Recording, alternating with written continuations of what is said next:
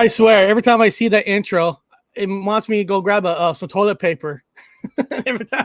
every time I see it.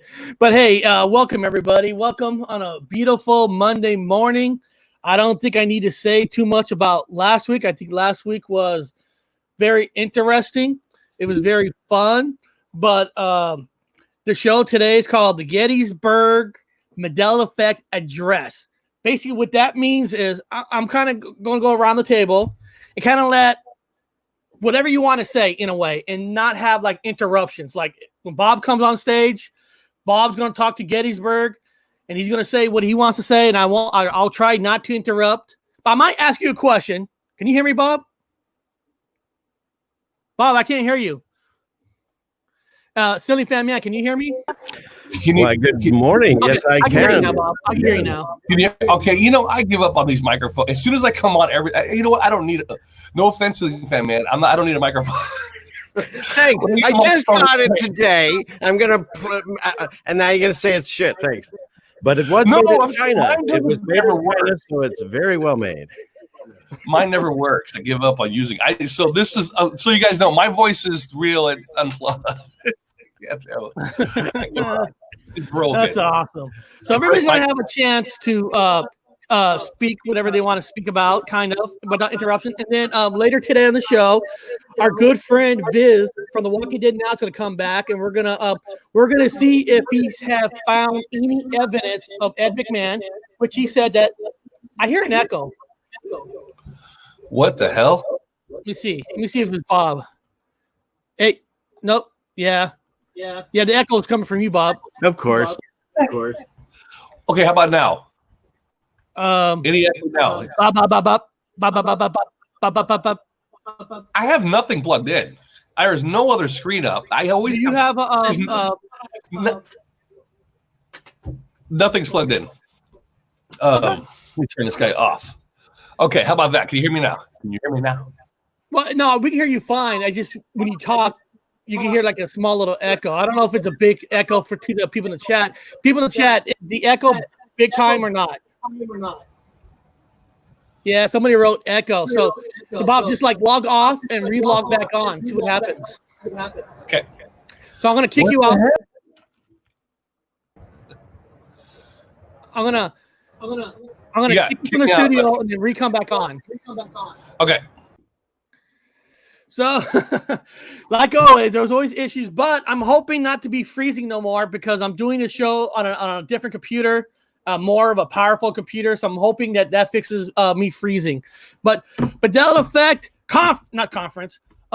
address. Now, an email was sent to me about a question about, do I consider the Mandela Effect conference like a clickbait? Was it considered clickbait? I'll give you my address, my opinion on a clickbait. Oh, here's Bob's back. Okay, let's see. Can you hear it? Talk, Bob. I don't hear an echo.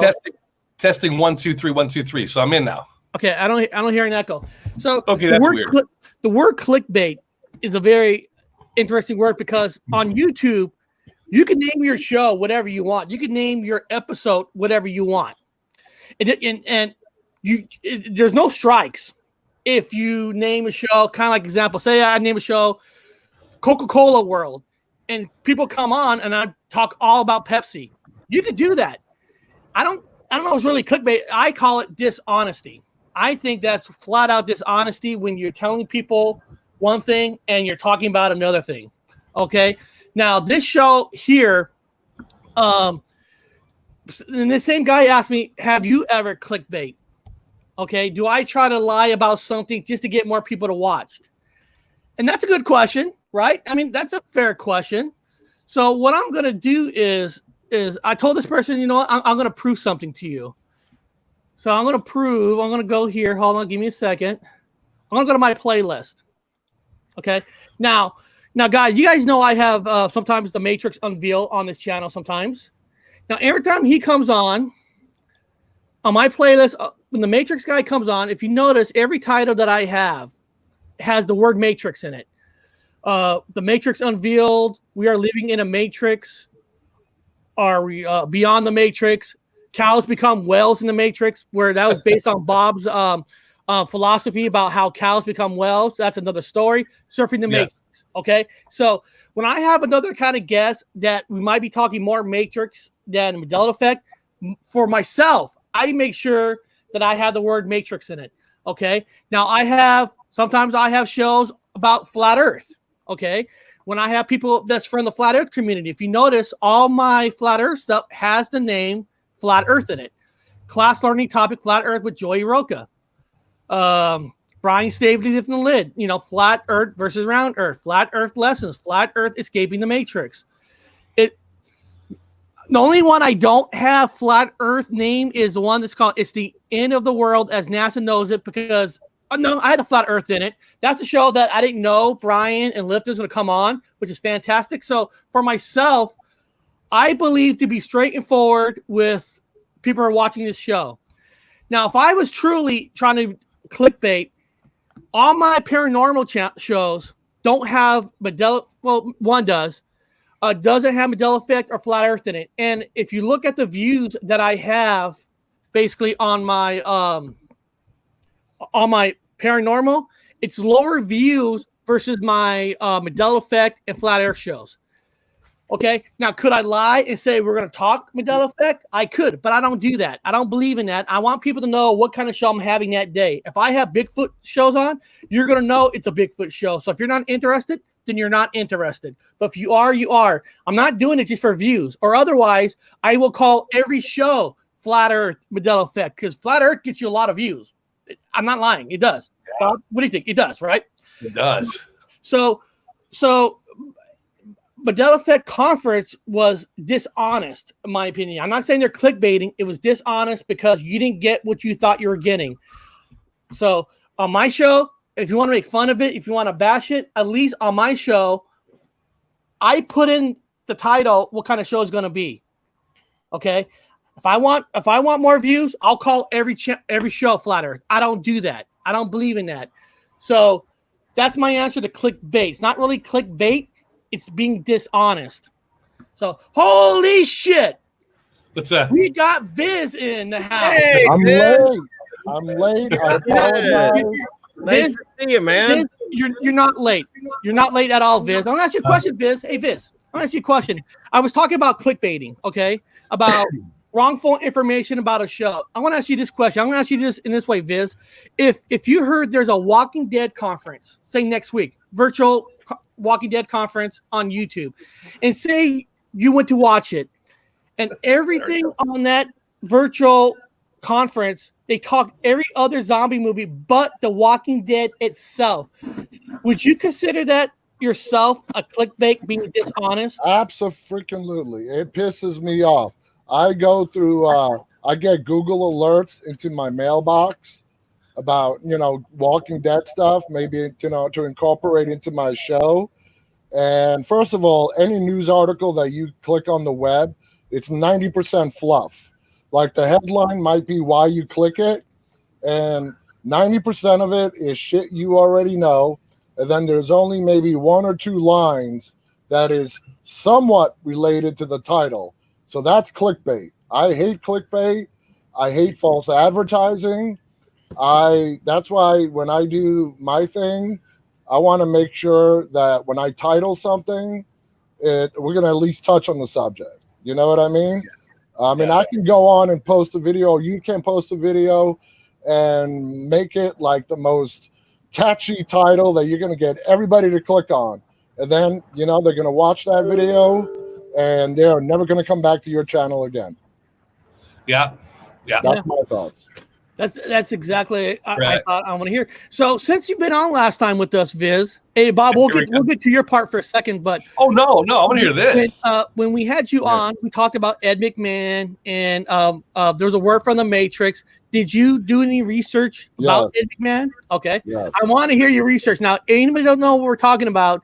Well, first of all, I did right after the show. I didn't wait. Right after the show, I did Ed McMahon, Publishers Clearinghouse, and I was met with link after link of false memories and all that crap. And I'm American Family Publisher, right? That's what they say now. Well, it was the Publishers Clearinghouse, and to this day, okay, I believe it. Obviously, I know I'm wrong, but to this day, the memory of good old Ed McMahon, Johnny Carson's sidekick, showing up at the door with a big ass cardboard check, and the man or woman are breaking out into tears. That memory's here, man. It's not going anywhere. And Viz, there's a thing called residue, and Brian Staveley's here. If you ever get a chance, go on his channel or Ceiling Fan Man's channel. We have a lot of videos about Mandela effects. His are like 15, 20 minutes. Mine, I think I have some that are just like 2 minutes. Yeah. But the Ed McMahon thing, he even has on some of his openings because there's so much residue. And what that is things that still remain from what you have a memory of. There's a rap song that Ed McMahon himself did where he goes around supposedly later in life when he has no money and he's asking to these people for his money back, the check back that he gave him, which again doesn't make sense if he didn't work for publishers. There's also Johnny Carson. He went on David Letterman's show with the giant check, and it says Publishers Clearinghouse, and he says Ed McMahon wasn't here, so I came in place. So there's another one, and then there's yet another one that he has. The Golden Girls have an episode where she picks up a phone call, and it's Ed McMahon, and she won Publishers Clearinghouse. I've watched every Golden Girls episode, so I know that one. Well, I know. It's that you guys like that day. You guys ruined the part of my childhood, because we've all been there, man. We've all done it. Oh, let me tell you guys this story real quick. This happened today, guys. Bob and I went to a grocery store called Safeway. Okay. The workers had to wear masks. I'm not bashing no worker for wearing a mask. If you're told by your boss you're wearing a mask, hey, you know what? It's not his fault. But the guy had a Star Wars mask on. Okay, so here's Brian Staveley. He's on, but Brian, you want to hear the story? Okay, so we're in Safeway. The guy had a Star Wars mask on, which, like I said, he's working. He had no choice, and I had a Star Wars shirt on. So we're just talking about Star Wars, and Bob, like Bob does. Bob loves talking to people, and we walked out of the store, and Bob forgot his coffee in the store. The guy ran out. The guy with the mask ran out. Goes, hey! I got your coffee. And Bob walks back, and the guy goes, Luke, I'm your father. The guy said that. He goes, Luke, I'm your father. And Bob's like, he never said that. Hey, Bob, you finish it. Tell him exactly what he said to you. So I go back into the store. I figure I'm gonna turn this guy. I want to turn this fucking guy. So I got great freaking data from this, by the way. I went back in the store and I wanted to buy a pack of smoke. Since I've got the guy on the, bullshit, I'm gonna go buy a pack of smoke so I have a little more time to talk to him legally. He's working. I'm not just bullshitting with someone. So he's getting a cigarette. Says, "Hey man, can I tell you something? Dude, I don't want to hurt your feelings, but I'm playing the other side. So you got it wrong, right?" And he goes, "What do you mean?" I go, "It's no, I'm your father." That's what he says. He goes, "No, it's Luke, I'm your father." I said, "Nah, man, you got it wrong." He goes, "Well, let me see." That's what he said. He goes, "No, me and my girlfriend actually had that debate because somebody else said it was no." And he goes, "No, but I do know that," like Eric said, "I do know that that he changed the movies around. That George Lucas, he did change this shit around. So he's convinced that George Lucas changed it. Just did another." I said, "No, man, no." But it is. He did change a lot of the stuff, but Darth Vader does say, "Luke, I am your father." Oh God! Hey, Viz, we're about to ruin another childhood memory. I'm sorry, man. It really doesn't. I love you too. I feel bad this happens to you on air. Every time I come here, man, you guys screw this shit up for me. I didn't invite you back, but I love having you here, man. I'm sorry. So new to it. So I said to the guy, "You got to understand, man, it is not that way." So hold on. So what does Darth Vader write? Okay, you're telling me he doesn't say, "Luke, I'm your father." No, not anymore. No, wait, but we agree. He says, "I am your father," right? Yeah. Yes. Okay. What does he say before that then? No. I am your Never father. use the word Luke. Never. And my VHS copy, as soon as I heard it, probably from that idiot that's next to you down here, Brian Stapley, he's ruined a lot of memories for me. I put on my VHS copy because you can't change that. It's not a updated version. The motherfucker. Oh, sorry. That's what I was in Brian's here. That dude, he says no. He didn't say Luke. And I was like, somebody came in here and switched my cassette. Well, I'll tell you what. After we're all Star Wars fans. We're all Star Wars fans, and if you watch the digital release of Return of the Jedi, that's episode 6, right? Yes, the original movies, right? Now, when I saw that in the movie theaters, right? I was very young, and you know the end where Luke has defeated the Empire, and he looks out and he sees the hologram hallucinations of Ben and his father. Yes, they changed Anakin. That is Anakin, and it's played by an older bald dude. Well, they took him out. Right after they came out with episode 3, which is the episode 1. Episode 3, the one where Anakin becomes Darth Vader. Yeah. The actor Christian Hayden. Mm-hmm. They digitally changed in Return of the Jedi now the image of that old bald guy being Anakin to Christian Hayden. That's the actor's name. Yeah, he played Anakin in the third movie.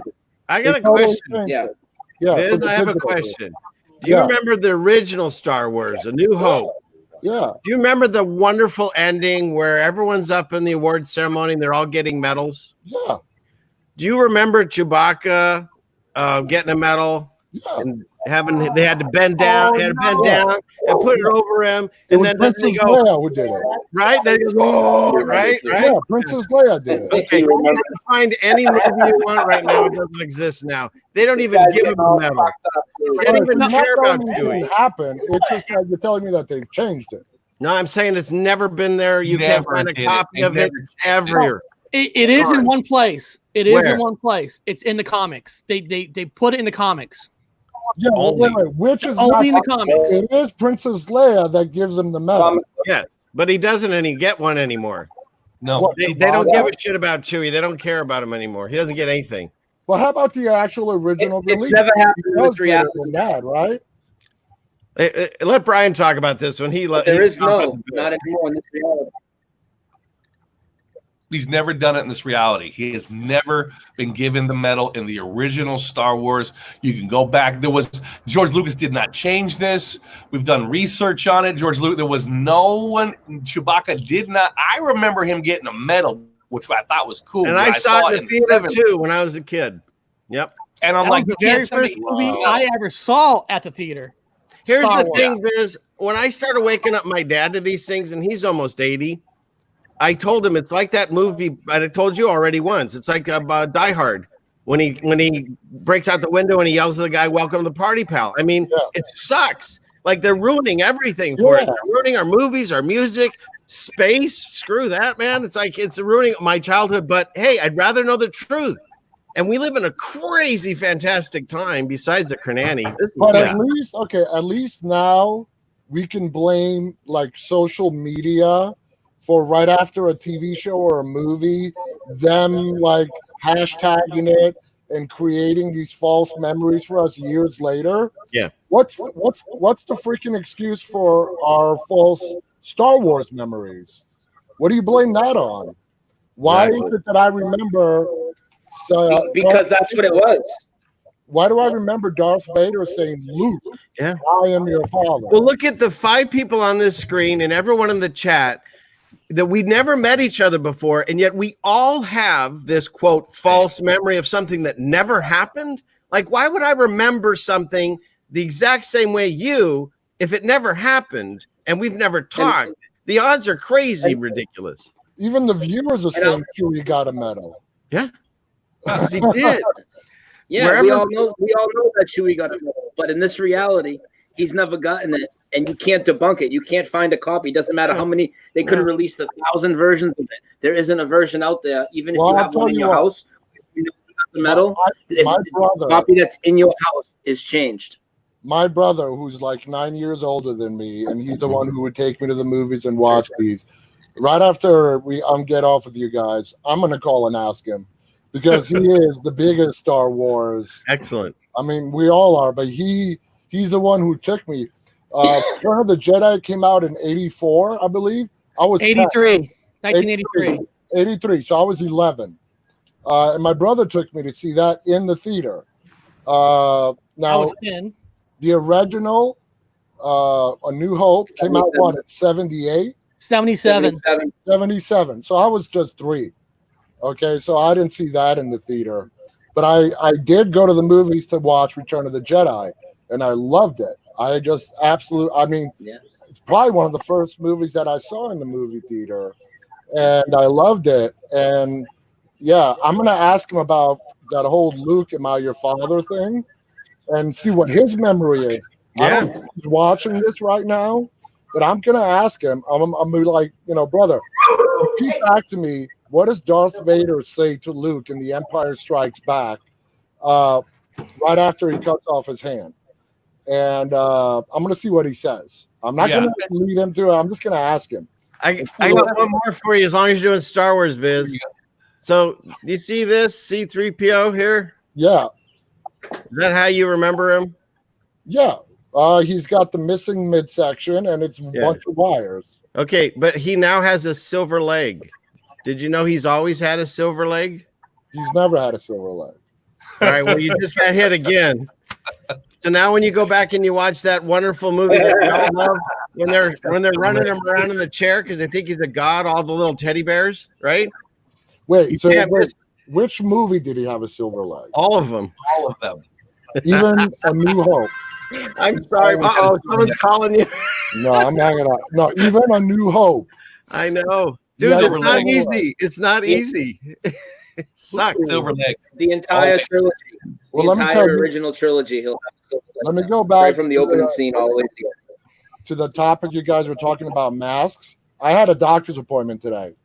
Today is the first time ever I put on a mask because they called me on Friday to prep me for my, it's just a regular follow-up, right? Yeah. To prep me for my visit. So what I had to do, guys, I had to pull into the doctor's office parking lot. From the parking lot, I had to call them and check in over the phone and then walk into the first sliding glass doors, wait, while the nurse then again called me, asked me the normal question that they would ask you in the room, and then she gave me the okay for the lady sitting behind the second door to take my temperature with this gun. She's like, let me take your temperature. I'm like, okay. So I'm putting my forehead right up to her. She's like, no, you don't have to do that. I'm just going to point it at your forehead. I'm like, okay, 97.7, you're good. So I guess I passed all the things. But anyway, I had this mask on today for the first time. I couldn't breathe. I was hyperventilating. And I go into the doctor and I'm talking, and this is my doctor. I've known him for 15 years. I'm like, Doc, I can't breathe. I'm hyperventilating here. I'm a smoker. I don't know what it is, but I can't fucking breathe through this mask. He would not let me take it off. Oh, man. He would not let me take it off. I mean, but it's the first time. Today is the first time since this whole crap started that I had to wear a mask. If I was going to be seen by my doctor, I had to wear a mask. There's no way around that. Yeah, we can go to 7-Eleven. We can go to the grocery store and get away without putting a mask on. But when you got to go see a doctor, you got to follow their rules. Not in the state of Washington now. They can actually give you a ticket now because last Friday it's a law. I'll tell you something, Eric. My wife and I, we went out today and we went to the post office. No masks. We didn't do the grocery store because we didn't need anything. But the thing is we didn't see very many masks walking around our city, but we were also out early. So I almost feel like if you get out earlier, the mask people don't wake up until later, and then it gets weirder looking. But I'm waiting for someone to actually come up to me and try to write me a ticket. Screw that. Because if I haven't broken a law, I actually don't even have to give them my real name. It's unenforced. They can't enforce it. And you see the people who do try to enforce it, these cops, and they get in trouble because they overexert their force. So I think they've just given up, I mean, my wife just came back from spending the weekend at Ocean City in Maryland. And she said it was packed. I think Americans just don't give a shit anymore, and I don't blame them. We've been cooped up for so long, and in my county, there's supposed deaths 2 since this all started. 2. Yeah. So, I mean, from what I'm hearing, Texas is like the worst spot right now. Texas. Well, they can't give me a ticket because I just show them my service-connected disability card. Yeah, I got a disability card too. So I'm like, veteran card. I just show them my card. and Viz, if you want, there's a thing I could even send it to you. That it's this thing you can get on your phone that basically says that you don't have to wear it, and if they try to ask you, you can sue them for invasion of your medical stuff, like the HIPAA or through the Disability Act. I've never had to do anything about this yet, but it got me into Costco without a mask. So cool. Well, let me ask you guys, Gypsy and Bob, you mentioned disability. I have a handicap placard. I got a bad back. I'm legally declared disabled by the state. So you're saying and I have the card too, not for my black. So I can actually, if someone approaches me, how does me being disabled get me out of wearing a mask? I recommend you get a lanyard. Just get a lanyard and put that card in a lanyard. And so it's just easier wearing a mask than throwing a freaking lanyard over your neck. And so you're walking in the store, you just hold up the lanyard. So there's people out there that are doing this. They're disabled. They put their disabled card in the lanyard, keep it around their neck. Just kind of walking in. They say, "Excuse me." Oh, you just show it to them. Oh, okay, go ahead. But why does disabled get you out of wearing a mask? Because if you got a bad back, you're also out of breath. Yeah. If you're out of breath, that means you're asthmatic.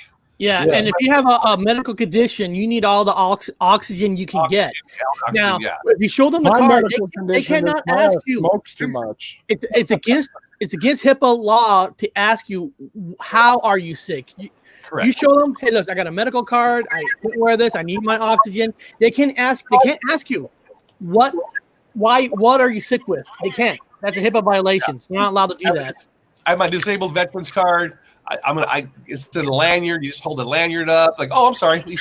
How's your day today? You just keep talking to them like normal, like, oh, I had a great day today. You show them your lanyard card, and just keep walking. They can't do anything. Like, oh, okay, go ahead. People are conditioned that way. Not only are we conditioned to be a certain way, but we're also like certain races that not be raised to be this, to be that. Also, we're conditioned to see things like cards like that. Like, if you're disabled, go ahead. If you're this, go ahead. Women and children first. We're conditioned that way. So when you have a disabled card, automatically people are like almost when they get like a download. Oh, absolutely, go ahead. You'll be shocked how fast you go right by. They don't have any problem. I was thinking about you, Bob, when they announced that we are all Americans now are persona non grata in Europe. So what's your plan, man? Trying to get back. I got my ticket. They haven't canceled my tickets to go back to Europe yet, so I'm still good. I'm still scheduled to fly. They haven't stopped me yet. I'm just crossing my fingers, man. Well, it's supposed to go into effect July 1st. Yeah. And, for the European Union, and I have one of my viewers who's in the UK, and I wanted to get an explanation. The UK is no longer in the EU, so my question to her was, well, can't people then just as long as the UK doesn't ban us, can't we just get a flight into Heathrow and then go to anywhere in Europe we want? If you can get to England, you can pretty much get from England to what I figured out. You can get to England, they've got EasyJet out of London, and you can pretty much hop anywhere. Also, you can go from England to Ireland. Ireland has a big hub where you can go all over Europe. They're a EU. So EU, you can actually catch a ferry from England to Ireland, where you're allowed. They're union or EU. They can fly anywhere out of Ireland. If you catch a ferry over to Ireland from England, which is not that hard. So there's ways to get around Europe. I wonder how much the UK is gonna, appease the EU, and because the EU is putting a ban on Americans, and they're going to pressure the UK to say, hey, you can't let Americans in either, because once they're in the UK, they can go wherever the hell they want in Europe. So, there is something going on behind the curtain where England and America are in the same bed. They're really good, weird bedfellow friends right now. And the rest of Europe is against England and America. There's a reason why, we don't know why, behind the curtain, that England desperately wanted to get away from the EU, and they were successful. And now they're kind of in the arms of America. The American and and England are kind of in the same bed. They're helping each other. That's why I was able to fly back and forth without having to worry about the EU, the European nations. For some reason, the European nations, they're bashing the Americans and England. It's like, carrying the virus. Hey, Bob, hold on a second. Hey, Bob, hold on. I think the audio is bad. I'm going to put you out there for a second to see if the audio issue is coming from your end. Hold on. It usually is. Yeah, it is. Hey, Bob, I'm going to kick you out again and we come back because the audio's on your end. Kick him out of here. Try it now. I just unplug some more things. Say something. Testing 1, 2, 3. It's still there. It's still there. So I'm gonna kick you out and just come back in. Are you man? It sounds like a background echo. The ladder, the gutter's like bowing off, and I was like, "Get down, get off the ladder." Yeah. What the hell is that? Oh, it's Karen. Hey, Karen. Oh, that's Karen. That's funny. That's not being muted. Hi, Karen. Hello. We can all hear you. Hi. So, hey, Viz, let me ask you a question. I know you've seen Back to the Future a lot, correct? Oh yeah. Oh, you poor thing. You remember the van? Here, I'll pull something up here. Hi guys. Hi. Hey. Not in Seattle anymore. Good to see you again. I love you too. Do you remember the scene where the terrorist was driving a vehicle towards Michael J. Fox? I know Huey and the News did the whole soundtrack for Back to the Future. But not the soundtrack, but the vehicle where the guy got the missile from. Yeah. What kind of? Do you remember what kind of vehicle that was? What color it was? Oh yeah, it was orange and white. What do you call those vans? I don't know what they're called. Those like 60 hippie kind of vans. I don't know what they're called, but what company makes it? I want to say like it's a Volkswagen or German. I'm not sure. So you might think it's a Volkswagen, correct? Orange and white. Yeah. So Sunny Fan Man, what kind of vehicle was it? What color was it? Yeah, I was pulling it up for you so you can get a visual for him because it's really the only thing you do. He's going to show you a picture of it. I know it had a white top where the guy was sticking out from with the bazooka. I believe it had a white top, and the side it had like orange or yellow trimming. Hang on, I'm getting there. Sorry, I didn't know you didn't tell me in advance. We'll get there. We haven't even got to the guitar yet, man. I can't wait for this. It's better to show one of your viewers says it's a camper van. Okay, here we go. I'll try this. Let's see. Let's see if it triggered change in your mind. Okay.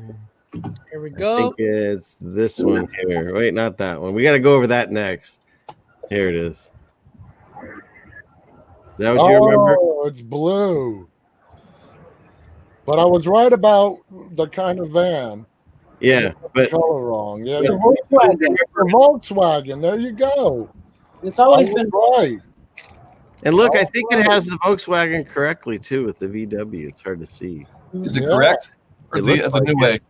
I think it's correct. That logo is correct, and then it changes into the new way mid-frame. Oh, it does. I put it in my Back to the Future video. Yeah, it has both realities mid-frame. It doesn't even go to a cut. Huh. Wow. I'm trying to get back there. Let's see. Now, Viz, in the beginning, when Michael J. Fox grabbed that guitar, do you remember the size of that guitar? Was it a big guitar, small guitar? Do you remember anything about that guitar? The very first scene when the movie opens and he cranks up all these dials. Yeah, I remember that. And then he plugs in a guitar. Tell me, I'd like to know exactly if this is what you remember. Okay, am I sharing still? Right? Yeah, you're sharing. You have an answer before you play it. Oh yeah, what's your guitar that you got in your head? A regular like 80s style electric guitar. Regular size guitar. Yeah. And do you remember a color at all? If that matters, it doesn't really. No. Okay. Well, here we go. Welcome to the party, pal. Oh boy. Yeah, I love this one. Oh boy. Oh no. Oh. No. It's not red. Oh,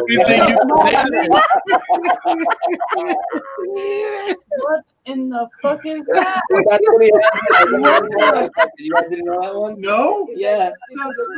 Back to the Future, like the talent what he has. It's like a ukulele. It's like a little ukulele. It's like the freaking. So ridiculous. It makes the whole scene. And then look at the ridiculous. hole in the speaker. It's the shape of Antarctica. Watch when it goes. Oh, really? Where? oh man. No, after he close it out. So you should have kept it. Let it play. Okay, I didn't know. Sorry. It should go I back. think this is your show. Hey, Gypsy. Gypsy. No, I'm not taking over, but it should go back to it. See, because you don't really see it after he blows up. Then he has to get up, and then it It's goes right back here. to the speaker. Right here. You want me to try to get it No. here? Keep going. Oh, keep going. Yeah. Okay. Let him stand up and look back at it. I need a beer. Somebody's echoing. Not me. See? Right Oh there. wow.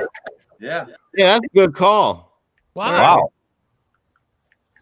Oh boy. Okay. Keeps adding more and more to it. It's And hilarious. there's also a flat Earth map in Doc's house, right? Wow. Hey, So- Gypsy. And Viz, real quick, I wanted to show you this. Since we were talking about Star Wars, Uh-huh. this I'm assuming is not what you remember. Where is it? That. No, it was both gold. And if you look at the original movie, it was silver, and in this movie, it's silver, and it's always been silver. And now, if you look at his hands, he's got like Michael Jackson gloves on the bottoms here. Those Wow. are really interesting. And I have the biggest Mandela effect. Look, Brian Staley now is a woman. My God, he's changed. How did that happen? The completion is now. I've always complete. been a woman. You must be wicked retarded. Hey, I like this version better. Retarded. Now, Viz, you had a question? Yeah, I want to see if I can get my brother into this about the Star Wars. Are you only allowed to come through a PC, or can you come through on a mobile too? You can come in on a mobile now, I think. Okay. You I'm can gonna kick me out if you want to bring him in there. response because I Oh, want to no, get. we can have 6. Oh, My okay. brother is the biggest Star Wars nerd I know, and Oh, boy. I just texted him. I don't know if he's available, but I want to get him and see what his memory is because That'd be fun. if he's completely wrong in the memory, then this is bona fide, like cemented Mandela effect type shit going on. All right, well, I got one more. As long as we're messing with your head today, Viz. Sorry about this. Right. This is the show. Today's mess with Vid show. Here we go. We should change it to Mess with Viz show. Yeah. No, we should call this the real Mandela Effect Conference right here. Yeah. Okay, here you go. Am I seeing that? Yeah. Look at his gloves. I don't remember this. Look at these. I don't. No finger All the gloves. black gloves. Hey, those came incrementally because it's crazy too. And like, I had a picture that I showed my friend for the CPO with the silver leg, and I sent it to him. But I took a picture of myself in front of my computer because he wanted proof it was my copy. So I put it on my VLC player, and I stood in front and took a selfie, and I sent it to him. C3PO didn't have the black gloves when I sent it to him. Later on, when I found out about the black gloves, that picture changed, and he got the black gloves on the picture. And then what's even crazier is 8 months before that, Brian McFarlane had a video on the black gloves that I never saw. Oh, So I mean, do we know if those black Hey, gloves Macaulay, he has a silver leg. were the black gloves actually shot and be shown in the movie? Yeah, they're in the movie. Yeah. now it is. I remember him being shot and his leg being blown off and he had to be fixed and all that, but That was in Yeah. the second movie, though. Yeah. But he's always had the silver one since the very beginning movie. From Yeah. this thing. that ain't right. Yeah, I know. Look. This is the first Right. Now, and I say that it's always been no, I'm your father, because I watched that movie like my whole life. Look at the cartoon And changed. for me, now, it's always too. been no, I'm your father. They've even changed it to the cartoon hand in there. Wow. Silver So how Lake. about in the latest movies? Now too, he's got those thick brown wires on his leg. 3PO, does he still have the silver leg in the latest, the newest ones? That would just No. Does he? I'm not sure. Eric would know. Eric would know that one. Yeah, he always has a silver leg. Of course, in one of them, they give him a red arm in The Force Awakens at the end for a joke. And the joke, you know how Chewie doesn't get the medal, and you remember the Chewie getting the medal, Viz, and all of us do. In the new Star Wars, at the end of it, he's on the moon of Endor, and for no reason, some creature walks over to him and just randomly hands him a medal, the medal that he's missing. To mock him. Yeah. I still think that was some kind of new age coupling. I'm not going to lie to you guys, because during those scenes, you had the two old ladies kissing, and then you had like this weird coupling of people getting together, the guys and the girls that are mismatching, getting together. Then Are you talking about Star Wars or the Mandela Effect conference? I'm talking. Oh yeah, the same thing. Yeah, but then they were showing males and females getting together, and then two females getting together. Then it shows. I'm just saying what I saw. Then it shows Chewbacca, which is old, by the way. He's very, very old. People don't know that he's old. He's a couple of 100 years old. Then they had that little alien girl lady. She's also old. They were both the oldest people there. It was kind of a coupling. You know how weird it may sound, but it was kind of like that. It was kind of this weird coupling at the end of the two old ladies kissing, and then the black guy, and then the Alaskan lady. I don't know the different. I'm not being racist. The different couplings was going on, and then he's very, very old. And then they had the old little short lady, the lizard lady. I'm like, this is weird coupling. I see it. Yeah. Hey, now let me just say, Hollywood is trying to debunk about the gold medal that Chewbacca got in Rise of Skywalker. What they're saying was that's not Chewie's medal. They handed Chewie Han Solo's medal. That's what they're saying. They're saying they gave him Han Solo medal to say, you should have gotten one a long time ago. That's what they're debunking. Now, it is a bunch of bullshit, because I told you guys in the past that Empire Strikes Back actually had a different ending than what you saw. Apparently, Hollywood's saying after 2 weeks, Empire Strikes Back was released, George Lucas took back all the rails and gave him a new rail with a different ending than what you saw. No, that's bullshit. What the ending was is the original ending had less spaceships in the sky. George Lucas said he wanted more ships. In 1981, you cannot just request all the rails back like you can now. You can make changes nowadays, and you can send digital copies with changes.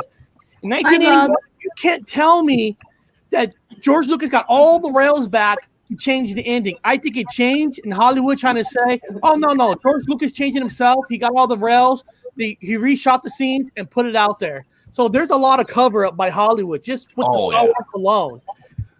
Well, I think Okay. Sorry, Anthony. I think when people ask, hey, are all these actors involved, all these people in Hollywood involved? I say absolutely not, but I do think obviously some like Tom Hanks and whatnot. Anthony Daniels is on my short list of about 4 people with Sally Fields and Sinbad that I think definitely know. Sally Fields, yeah. Anthony Daniels knows, George Lucas knows, I'm sure too. But I want to hit him with another sci-fi, because he knows his sci-fi stuff. So I want to make sure. Gypsy, I got my brother. How do I just text you his number? I'll put the invite in the chat. He can click it from there, and I'll of course I'll only let him on. So here it is in the chat. Just let him know that StreamYard is right there. Okay. Because I can have 6, and I got a different computer, so it looks like it's handling pretty well. Okay. So depending on how your brother feels after these questions, we're gonna see if he's got a Bible in the house. And by the way, I have. I'm just gonna mute the screen because I'm probably gonna have to walk him through it. But I'm right here. Okay. Okay. And his name is Marco, correct? Yeah. Hello. We also want you guys to try to remember this: when William Shatner, Captain Kirk, wants to leave the planet. He wants to leave the planet he's on. He's going to call Scotty. Scotty's going to do something. What does he say to Scotty to leave the planet? Beam me up, Scotty. Viz, we're talking to you. Viz. Eric, cállate la boca. Hey, hold on for I'm trying to. And with my brand new microphone, and now that Brian's here, I have what I believe is a new Mandela effect that has never been said anywhere else until here. Oh boy. What do you got? Are we doing it now, or should I wait? Let's get the people all excited for it. Since Eric just ruined his brother's Mandela smacking of his, you might as well step in, Ceiling Fan Man. He was excited. He was excited about it. He's like, I know it too. Remember, Eric's still relatively new, guys. The pressure's on, dude. The pressure's on. Okay, well here I gotta do this first. So let's see. Remember, Eric's still getting this stuff too. He's still learning it too, so he gets excited. Breaking news live on our show. Okay, so here we go. So the breaking news that I found, I believe, was there's a passage in the Bible. It's Revelations 3:15-16. And the reason it became important to me is because I used it in a video. I had a Bible change video. And you're remembering it's Revelation now with an N. I'm sorry. You're right. You're absolutely right. Continue. And my wife wrote down this Bible verse that I thought would be cool to use in that video. And in it, it talks about people that sit on the fence because God hates them just maybe even more than people that don't, that choose the wrong way. But it says there at the bottom that if you're lukewarm, neither hot nor cold, basically sitting on the fence, I'm about to spit you out of my mouth. So that came from my King James Bible, which I just first time read it, a year or so ago. And when I go to it now, that word is now changed to spew. And so I wait a minute, this is weird. So then I went to my Bible Mandela. Does your video still have proof of the other way? Yeah, hold on. Just chill your jets over there, Stavely. Okay, So I went back to my video, which was called Get Up. And I used this, and look, that used to say spit because it matched what I had on my paper. Mm-hmm. And now it says spew. So then I decided, well, this is getting weird. So I went to other Bibles. Now this one's a New English version. New International Version. And when you go to it, it still says, let's see, where is it? 3:15, 16. I don't know. Let's see if we can see that. Come on, focus camera. Well, there. See? Spit. Spit, yeah. So it still has not changed. So it's changing. So it's changed. If you look up your King James, it's changed. I went to that original King James online. Changed. The International Version still says spit. So it's now spew. It's changing to spew. He's that's that's an American word, man. That's not he's English, Americanizing everything in the Bible. That's an American word. It's English. That's American word. There's no spewing in fucking other countries. Hey, Gypsy's trying to get in. Did you get that, Brian? Was that one new? I'm gonna put the StreamYard back in for him, Viz. You're muted, Karen. I haven't heard anybody talk about that, but you know how I am with as far as my knowledge before people talk about them. So, but I haven't heard that one. Okay. Well, we copyrighted it, so you'll just have to pay us royalties if you use it. I don't understand people that get so hung up on, I found it. Who cares, But I did find this one. You're like, yes, you found spew. Spew. Yeah. Is spooge in there? Is there spooge in there anywhere? I think that's coming next. Pick up your couch and spew. So God's a spitter. He's not a swallower. Okay. Oh my God.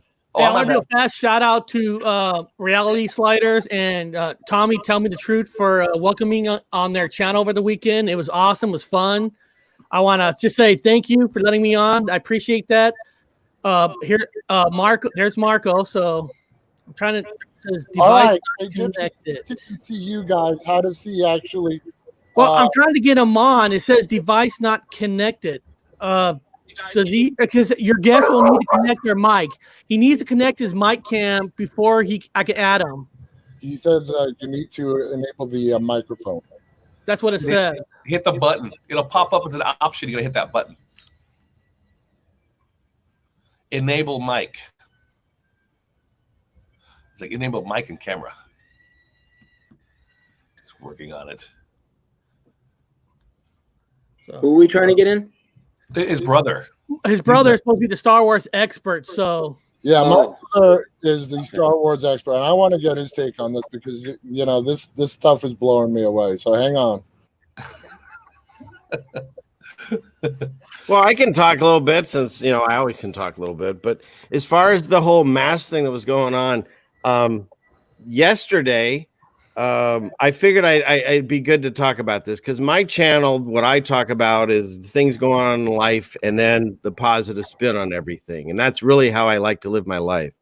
But not yesterday, the day before, right after our state said mandatory masks. There was something that happened. There was, I don't know how to explain it, but almost like an anxiety in the air. And I felt like literally I'd been knocked down to a mat, as James True says, in the dojo ring, and I couldn't get up. And then when I was talking to other people, my wife included and a few other people, they were experiencing it too over the last few days. So there's a weird anxiety about, and I do believe it's because of all this, covering up and it's changing the world out there. And so I just wanted everybody to know that I feel it too. And I was not depressed, but I couldn't shake it. And it lasted for pretty much that whole weekend. And so I just want everybody to know that if you're feeling this, if you feel anxious, or if you hate going to the grocery store or even just going to anywhere right now, because like you get tense, like even if you don't want to wear the mask, which I won't, it's like, I just wanted to go to the grocery store. Now I got to get ready for a fight, but the thing is the fight actually never comes because the people wearing the mask, they're already telling you they're afraid of everything. So they're not going to come at you. They have no courage. I'm sorry. The people with the mask, they have no courage. They're all cowards. So exactly, they're afraid, and so they're not going to confront you because they would fear that too. So I'm prepared for a fight, but I've never had to. And again, no one's going to write me a ticket because if a cop did have the balls to come up to me and say I need to write you a ticket for wearing a mask, I'll say, could you show me exactly what law in the state of Washington I broke? And if he points to this proclamation, that's not a law. And if he doesn't come up with a law that I've broken, then he can't even ask me for my ID or anything. He has no right, and I can leave. That's legal. That's all legal. And I don't feel that I'll ever need to deal with that because what cop is going to sit around doing that? I just don't see it. Again, I think it's more fear. And that thing that they showed on, and the truth channels are doing it too now. I can see them all now. They're all just fake. They had this older white couple, and he's in a pink shirt and khakis, and they got, automatic weapons, and she's got a pistol. Get out of here, you black people walking by our... No, that's all fake. It's all fake. And it was shared millions of times, and it sickens me because it continues this stupid lie, and then a lot of Twitter, truth channels, they start sharing it like it's news, and it's not. Guys, so listen, Gypsy, he can't connect with his mobile. But I want you. He's on speaker right now. Okay. He can't connect for some reason, but I want to ask him what you guys have been talking about. So, Marco, you remember Empire Strikes Back, right? Yep, the best one. Okay. Now recite the line when Darth Vader cuts off Luke's hand, and he reveals who Darth Vader is to Luke. I want you to recite the exact line that Darth Vader tells Luke. From what I can recall, he basically just says, "Luke, I am your father." That's wrong. Home run. It is wrong? It is wrong. It is wrong. That's what I thought too. And all these guys are telling me it's wrong. And they're laughing right now. I don't know if you can see it because they were laughing at me. But apparently, what's the line, guys, again? He says, take Luke out. And he said, no, I am your father. He said, no. No, yeah, I am your father. Now, the second thing, Marco, is C-3PO's legs, all the way from the first one, A New Hope, to the end. What color are both his legs? Aren't they gold? You see? Oh. Now I believe my brother. This is Brian's wet dream right here. One of his legs is silver. One of his legs is silver. He was just copper. He wasn't colored. He was actually colored when he got onto the ship with R2-D2. That's when they colored him gold, because I think the 3PO units are colored different colors depending on what job they want him to be, whether they're a translator, whether they're servants, whether they're working the mining ships. That's why the 3PO models are all different colors. So there's a reason why he's gold eventually when we see him in A New Hope. But that's what they're saying, though. Ask him about the chair in the third movie. Ask him about when they walk him around, the teddy bears walk him around. Yeah, and the Ewoks, remember at the end of Return of the Jedi, what they're telling me is that in no movie is C-3PO's right leg copper. In the movies, the right leg is silver. The left leg is copper. Oh, I have to see that again. Okay. To me, that's blowing me away because to me, C-3PO always had copper legs. The whole reason they raised him up in that chariot in the Ewok village is they thought he was a god because he was all gold. Mm-hmm. Now, go ahead, Ceiling Fan. What about him raising him up in the Ewoks thing? Oh, well, like Brian just said, the reason they walk him around in that chair is they think he's a god because he's all gold. But if you go back and watch that, like I showed you on the screen, you can't miss it. That leg is so silver, it's ridiculous. I would have remembered it. I saw it on a giant screen. Because they're about to put Luke and Han Solo on fire to cook them and eat them. Yeah. Let me remember that. Let me get the Star Trek one out of the way. So Captain Kirk is on the planet, and he wants to leave the planet. So he's calling Scotty on his phone, his little handheld, and he wants to get off the planet. What does he say to Scotty to get off the planet? What Answer that, Marco. Answer that. He's talking Klingon, first of all. Are we talking about this? The TV series, the original TV series. We're talking about the original TV series. Yeah. That I don't remember. Now, for me, my answer for that was Scotty, beam me up.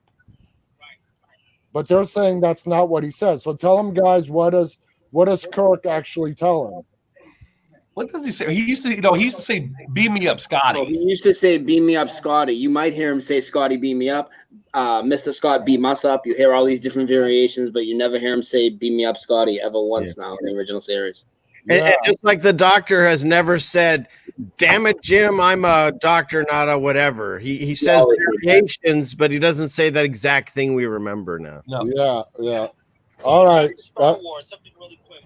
Mark Hamill knew for a year and a half prior to filming Empire Strikes Back that he was going to be Luke's father. But George Lucas promised him that if it gets leaked, they'll know that it's him. So he sat on that secret for a year and a half before telling anyone else that, that's what's going to happen. And back then, when you know a secret because there was no internet, there was no social media, there was nothing. So he actually had to keep his mouth shut for a year. So he held the biggest secret in Hollywood for a year and a half before everyone else knew what was going on. Dude, I have a different memory. What's your memory? Remember, I study movies and all that. My memory was they never told Mark Hamill at all. They didn't tell him until they actually shot the scene because they wanted the real face and they wanted nobody to know. So he didn't know about it until the moment they filmed. Yeah, I heard only James Earl Jones knew till the last minute. And what's interesting is because I watched Graham Norton religiously. He said that story. He told Graham and the audience that he knew it for a while ago. So if you get a chance, pull up Graham Norton on YouTube with Mark Hamill. They say that exactly what I recited. So somewhere along the line, something got crossed. Because I remember him saying in an interview that he knew it for a while before anyone else did. And he sat on Hollywood's biggest secret. That's a change for me. Without Google or anything, right? JR. They were the two biggest secrets in the 80s. Who shot JR? That's a Dallas reference. Without Google or anything. Thank you so much. All right. Yeah, guys, no problem. Oh, you got to keep all going. right. Talk to you later. Bye, bro. So you see, my brother, he grew up. My brother's 9 years older than me. He grew up and he, just like me, remembers 3PO with the copper legs. And, hey, I had a few more to ask him too, like Mark Hamill. How would you spell Mark Hamill? The last name, H-A-M-I. I believe there's two L's. Okay. Because there is now, but there was always one L for me, for Mark Hamill. Okay, yeah. For me, I as long as we're making Brian's day. So I have a question for you, Viz. Do you ever watch Lassie?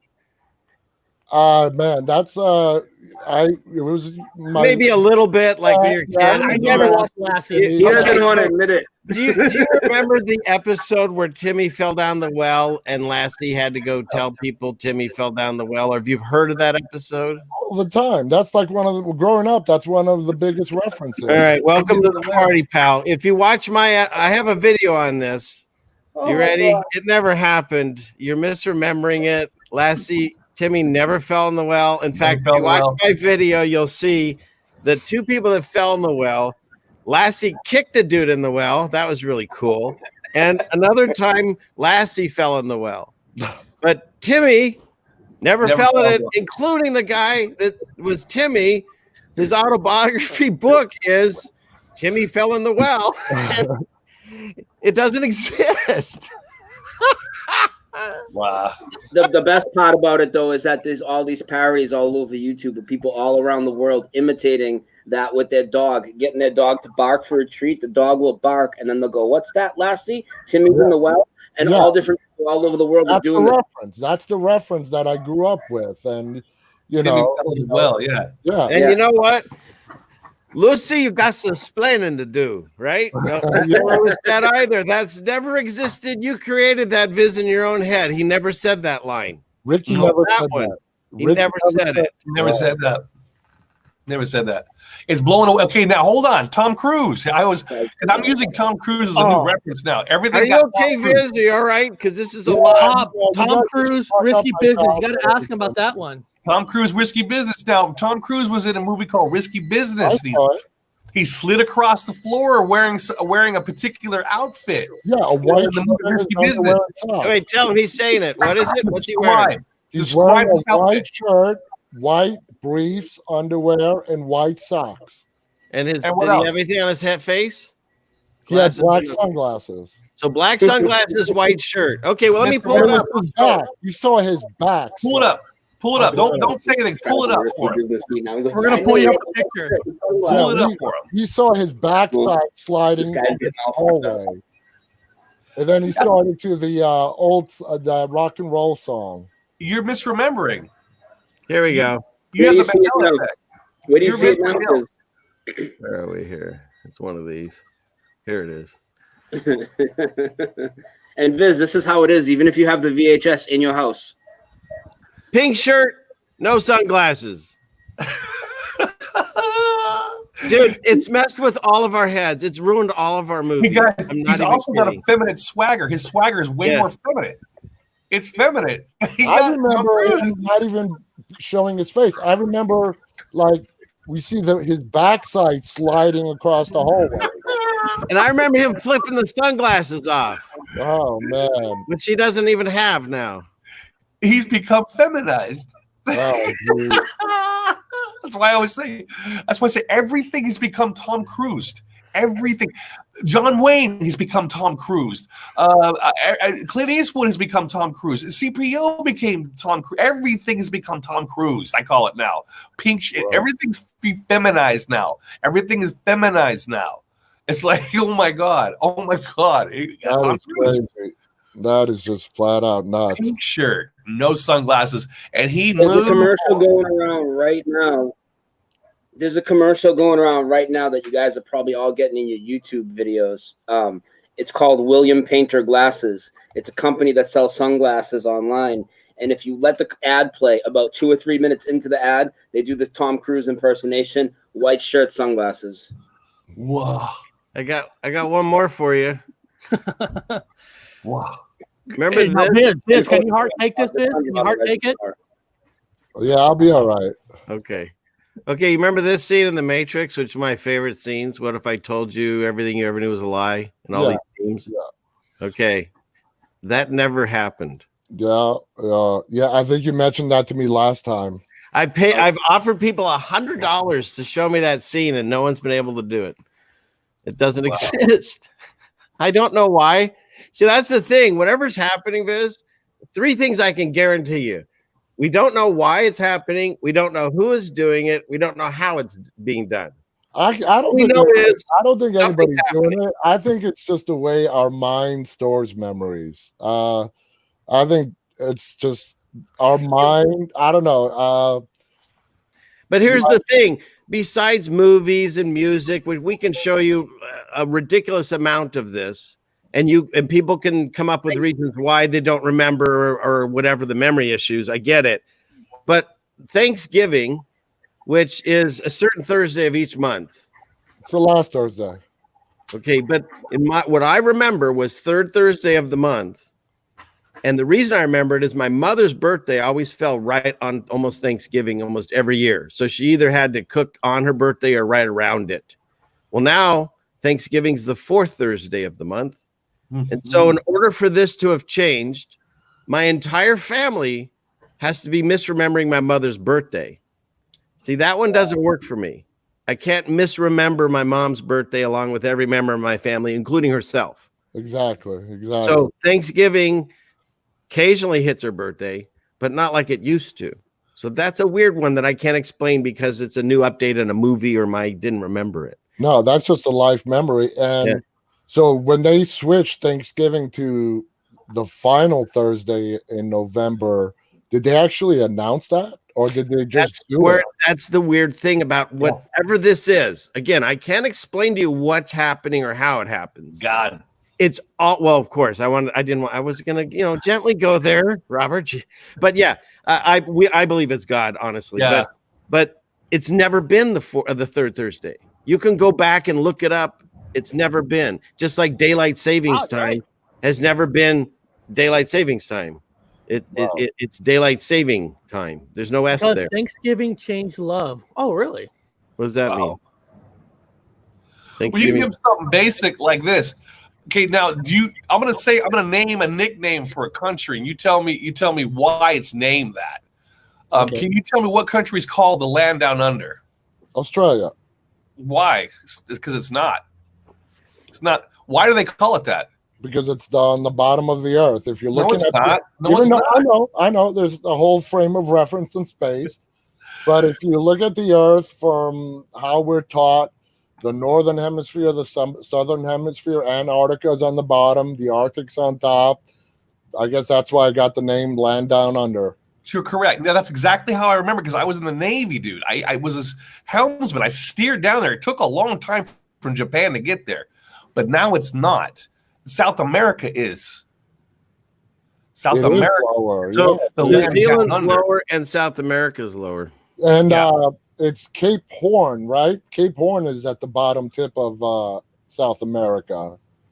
Or is that South America? Like Argentina, almost the entire country is lower than Australia. Yeah. And here's another weird thing for me. The United States, where Alaska is, it's got this little, I don't know what that is, little penis or something coming out now. I think it's a peninsula. And Russia is now, I believe it's only about 50 miles. Oh, yeah. From tip to tip. And if you go back to another thing, which I don't know if it's been talked about before this show, but we brought it up on one of our episodes, that line that Sarah Palin said that everyone made fun of, where she said, I can see Russia from my kitchen window or something like in my front yard. Yeah. So now that doesn't exist. I played it on here. I can find it again, but she basically says, I can see the territory. I can see the territory of Russia from the territory of Alaska or something. And since they're 50 miles away now, it's actually a true statement. So the fact that everyone ridiculed her. Well, they ridiculed her because the question was about foreign policy. Yeah. And that was her answer about foreign policy. Yeah. But she literally said she could see it from her window. Yeah. And everyone made parodies of that. Well, now she doesn't say that. And the fact that it's only 50 miles away, now it's a legitimate thing. You can see it from Alaska. So that's a weird one. Yeah. Now remember, everybody has the Mandela effect to a point. Depending what your occupation is, depending what you do for a living, depending if you're a doctor, you don't know the heart move. The heart used to be on the left side, but now it's on the center. The kidneys used to be in the back area. We called it a kidney punch. Now they're in the front, underneath the rib cage, nice and safe. Your stomach used to be by your belly button. Now it's all the way to the left and up and underneath the rib cage and protected. Your intestines used to be look like lasagna, lots of intestines that went like this. Now it goes like this, up and down. It's just a whole different kind of all your internal organs have completely changed. But if you didn't know that, you wouldn't know that. And if you're a doctor, you would get the download and you would know that. Now, a lot of people were talking about you with the airplanes and the wings. Yeah, that's where we started with you. Yeah, I worked at the Museum of Flight. I worked on the planes.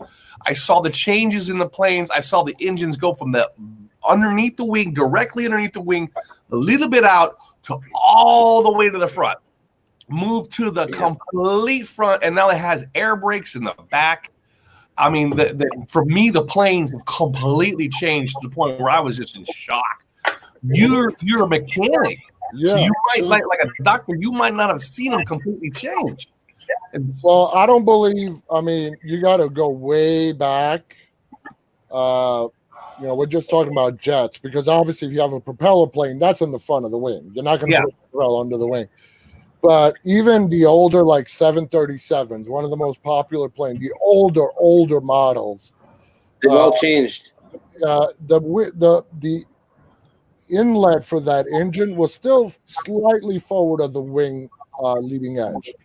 Well, you're right. The newer planes, it comes down the attachment from the wing, and then it just jets out long ways.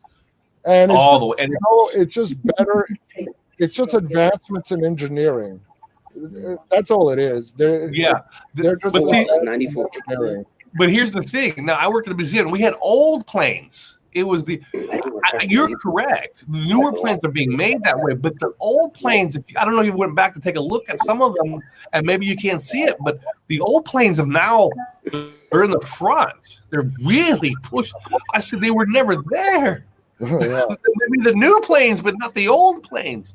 I was in a shock. Well, and that's actually a safety reason because you guys know the fuel is stored in the wings, right? Yeah. And fuel leaks from the wings. It's a common problem, right? It happens very often. The last thing you want is for fuel to be leaking onto a hot engine. So the wings are narrow. Very, very narrow. How many gallons? So you would know the answer. How many gallons are in those wings? Oh, it depends on the size of the airplane. If you go to a 777, which is a huge freaking airplane, I mean, it's not even measured in gallons. It's measured in how many pounds of fuel it can hold. They don't even do gallons. But it's a crazy, enormous number. I don't know exactly, but obviously changes from plane to plane. The bigger the planes, I mean, these planes today can carry enough fuel to take you 20 hours around the world without stopping. And I've got a new thing on this, Robert, because I talked to Airborne Saint. I'm actually going to, a quick plug. I'll be on Airborne Saint tomorrow, or no, Wednesday morning at 7 a.m. I got a new mic. You like it, Viz? See? That's awesome. I got a new boom a couple weeks ago. This is awesome. But I was talking to Mike on that, and because he's a pilot too, and he told me that the wings they have like excess. There's fuel there, but there's like two different tanks. There's some on the belly, there's some in the tail. So there's a lot of fuel storage that isn't in the wings. Because I have been watching a lot of truth channels that talk about you can't fit all that fuel in the wings, and he told me first of all, it's not all of the fuel. It's just like an extra secondary, and also jet fuel apparently weighs much lighter than regular fuel. Correct. So I have that to add to this. Jet fuel is kerosene. That's all it is. Jet fuel, you can take kerosene. They may be put a little bit more additives in it, but it is identical to kerosene. That's what jet fuel is. And when it comes to fueling an airplane, I got to contradict you there. All the wings get fueled first. And then if you're talking about like 747s, 777s that have the center tank too underneath the cabin, then that gets filled last. But the wings have to be filled first. And not only that, one of the major functions that's in every airplane is because you want the fuel to deplete equally on both wings at the same time, or else you're going to get an imbalance and the plane is going to start rolling. So it does happen quite often where one wing is burning more fuel than the other wing. So in the cockpit, they have a cross flow valve, and that allows you to actually, while in flight, transfer fuel from one wing to the other wing while in flight, just to make sure that the plane is balanced. Yeah, I remember that. But when it comes to fueling an airplane, yeah, I remember that. Yeah, when it comes to fueling an airplane, there's no question. You fill the wings first. It's a standard. If the plane, for a plane to even have a center tank, you got to go now into like the 757, 767s, the big Airbuses. Those are the types of planes that have a center fuel tank. The 737, at least the older models, I don't believe they had a center fuel tank. So all the fuel was in the wings. The center tank is the reserve on those super long range flights, like from New York to Japan, where you need all the fuel in the wings, and then you also need the fuel in the center tank as well. Now, before people are starting to listen to Sidebar going, okay, I'm confused about, he remembers it the way I used to remember it from the day. Those wings were big, fat, and thick wings. Now to me, they're skinny as hell. But yeah, the way he describes it is correct. The way in my memory it used to be. Now, some people might see it differently and confused. Like, wait a minute, them wings look like they're razor fucking thin. How could you put multiple gallons of fuel in them wings? If you look at the wings, they're like, they're skinny. We have different memories on different things, and we're still kind of. So nobody in the Sidebar go, wait a minute, how could you? Because he's remembering it the way it was. It's correct. It's like somebody saying, "Where's the heart?" I've talked to 2 pilots now, and they all have different ideas of fuel and wings. I just go by what they're telling me. I obviously haven't worked on planes, but there's different. Well, let me tell you something about pilots. What we called white shirts. Yeah. I already know what you're going to say. I'm going to keep this nice. I'm going to keep this respectable. I already know what you're going to say. Don't ruin my Wednesday gig, man. They would write stuff up.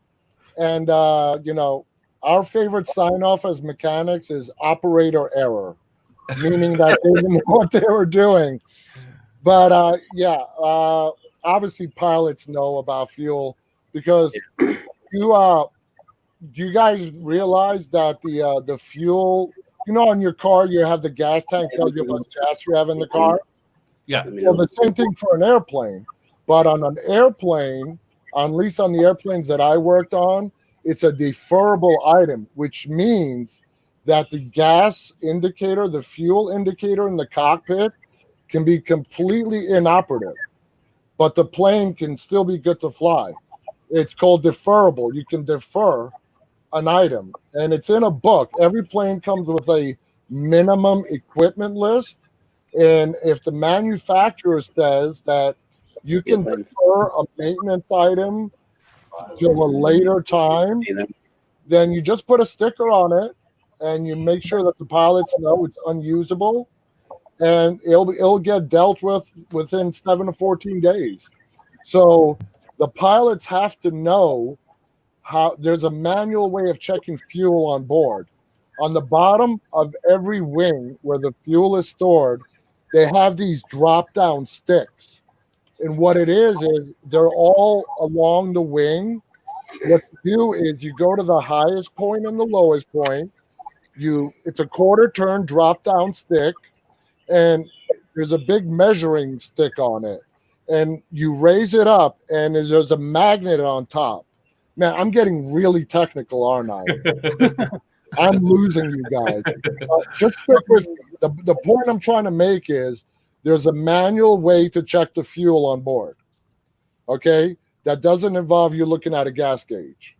So the gas gauge on an airplane is deferrable, which means the plane can fly safely as long as the pilots, before the flight, manually go outside, go to the wings, and physically check how much fuel is on board. I got way too technical there. I'm sorry, guys. No worries. That's fine. Actually, let's do this. I want to do this because you do a show, the Walking Dead Now show, and you talk a lot of Walking Dead. I know last time you were on, we got a lot more people watching this show than the first time you're on. So can you tell that same story about you felt you had a Mandela effect during the Walking Dead show? You know what? Give me a minute, and I'll bring up the post. That's the good one. Talk amongst yourself, and let me bring up the post. So people in the in the chat, I don't know how much you guys watch The Walking Dead, but Viz had a personal Mandela effect that he found himself. That was a Mandela effect. It was an awesome story. It's kind of cool. It's like a personal where it shocked the hell out of him, and it's going to be fun hearing it again, just in case some of you have not heard that one. So you guys talk to I got to scroll back. It's an old one, so I'll be there in a few minutes. Just hang on. I got to scroll all the way down in my Instagram to find it. In the meantime, I can bring up something else that came up. Again, I want to make a quick statement. Oh, go for it, Mr. Stavely. Everybody knows Ed McMahon worked for Publishers Clearinghouse. Game over. Okay, yeah, it's kind of fun having him just pop in and out like that. That's kind of nice. Yeah. This feels like the 2020 Mandela Effect conference where he had the pig guy came in. Was that the pig man that just jumped in and said that? We've already done way more in this 1 hour show than they did in a whole freaking week. Screw those guys. And anyways, the thing I brought up on Awakened Saint or Airborne Saint last week was the Mandela effect to me that Jesus, they say, was hung on a tree in passages. And then I saw in the comments later that no one knew where that was. So I pulled up I did on my channel. That's Acts 5:30. I did a Acts 5:30 JV. What's that? That's Act 5:30. It's actually Mr. Stavely, Acts 5:30, Acts 10:39, and Acts 13:29, because I have it in my Bible video on my short list of Mandela effects, and I will show you right here. These are all out of the 1611 King James Version, where he was hung on a tree, and hung on a tree, or took him down from the tree. All right, I got it ready. So I don't know, Jim, if you got to switch it over to my. Oh, sorry, I didn't. No, I was just going over that. So yeah, that's okay. Here, let me add yours. There we are. Are you looking at my screen? Yes. Okay, now listen to the audio because I commentate this. Can you guys see it? Yeah, we can see it. Okay, here we go. Does everyone remember this famous speech given by Rick Grimes on The Walking Dead season 2 finale, where he uses the term "dictatorship"? No takers? Fine. Get one thing straight. You're staying. This isn't a democracy anymore. Well, if you did, like myself, you were 100% wrong. Rick never uses the term dictatorship. Immediately following this episode, on social media, blogs, and news articles, is where the term dictatorship was created. It was so widespread that our memories recall that scene as Rick actually saying that term. Don't feel bad. It's part of a known phenomenon called the Mandela effect. There you go. There you go. And I made that video well before I met you guys. That's awesome. Because the way that happened was I was watching the episode with my son, and it was getting to that scene. I'm like, all right, here you go. He's going to say the famous term dictatorship, and it never happened. Now, real quick, what episode and what season was that? Somebody that is season 2, episode 13, the finale. Season 2, episode 13. Okay. Yeah, the finale of the season. Yeah. Okay, continue. Isn't that terrible when you find one like that and you're waiting for it and then it's not there and you're like, whoa, that's weird. I totally like that whole scene. You go look for that Matrix thing and it's not there. And it's like, or Chewie getting the medal. I look like a jackass in front of my son. I'm telling him, wait, he's going to say it. He's going to say it.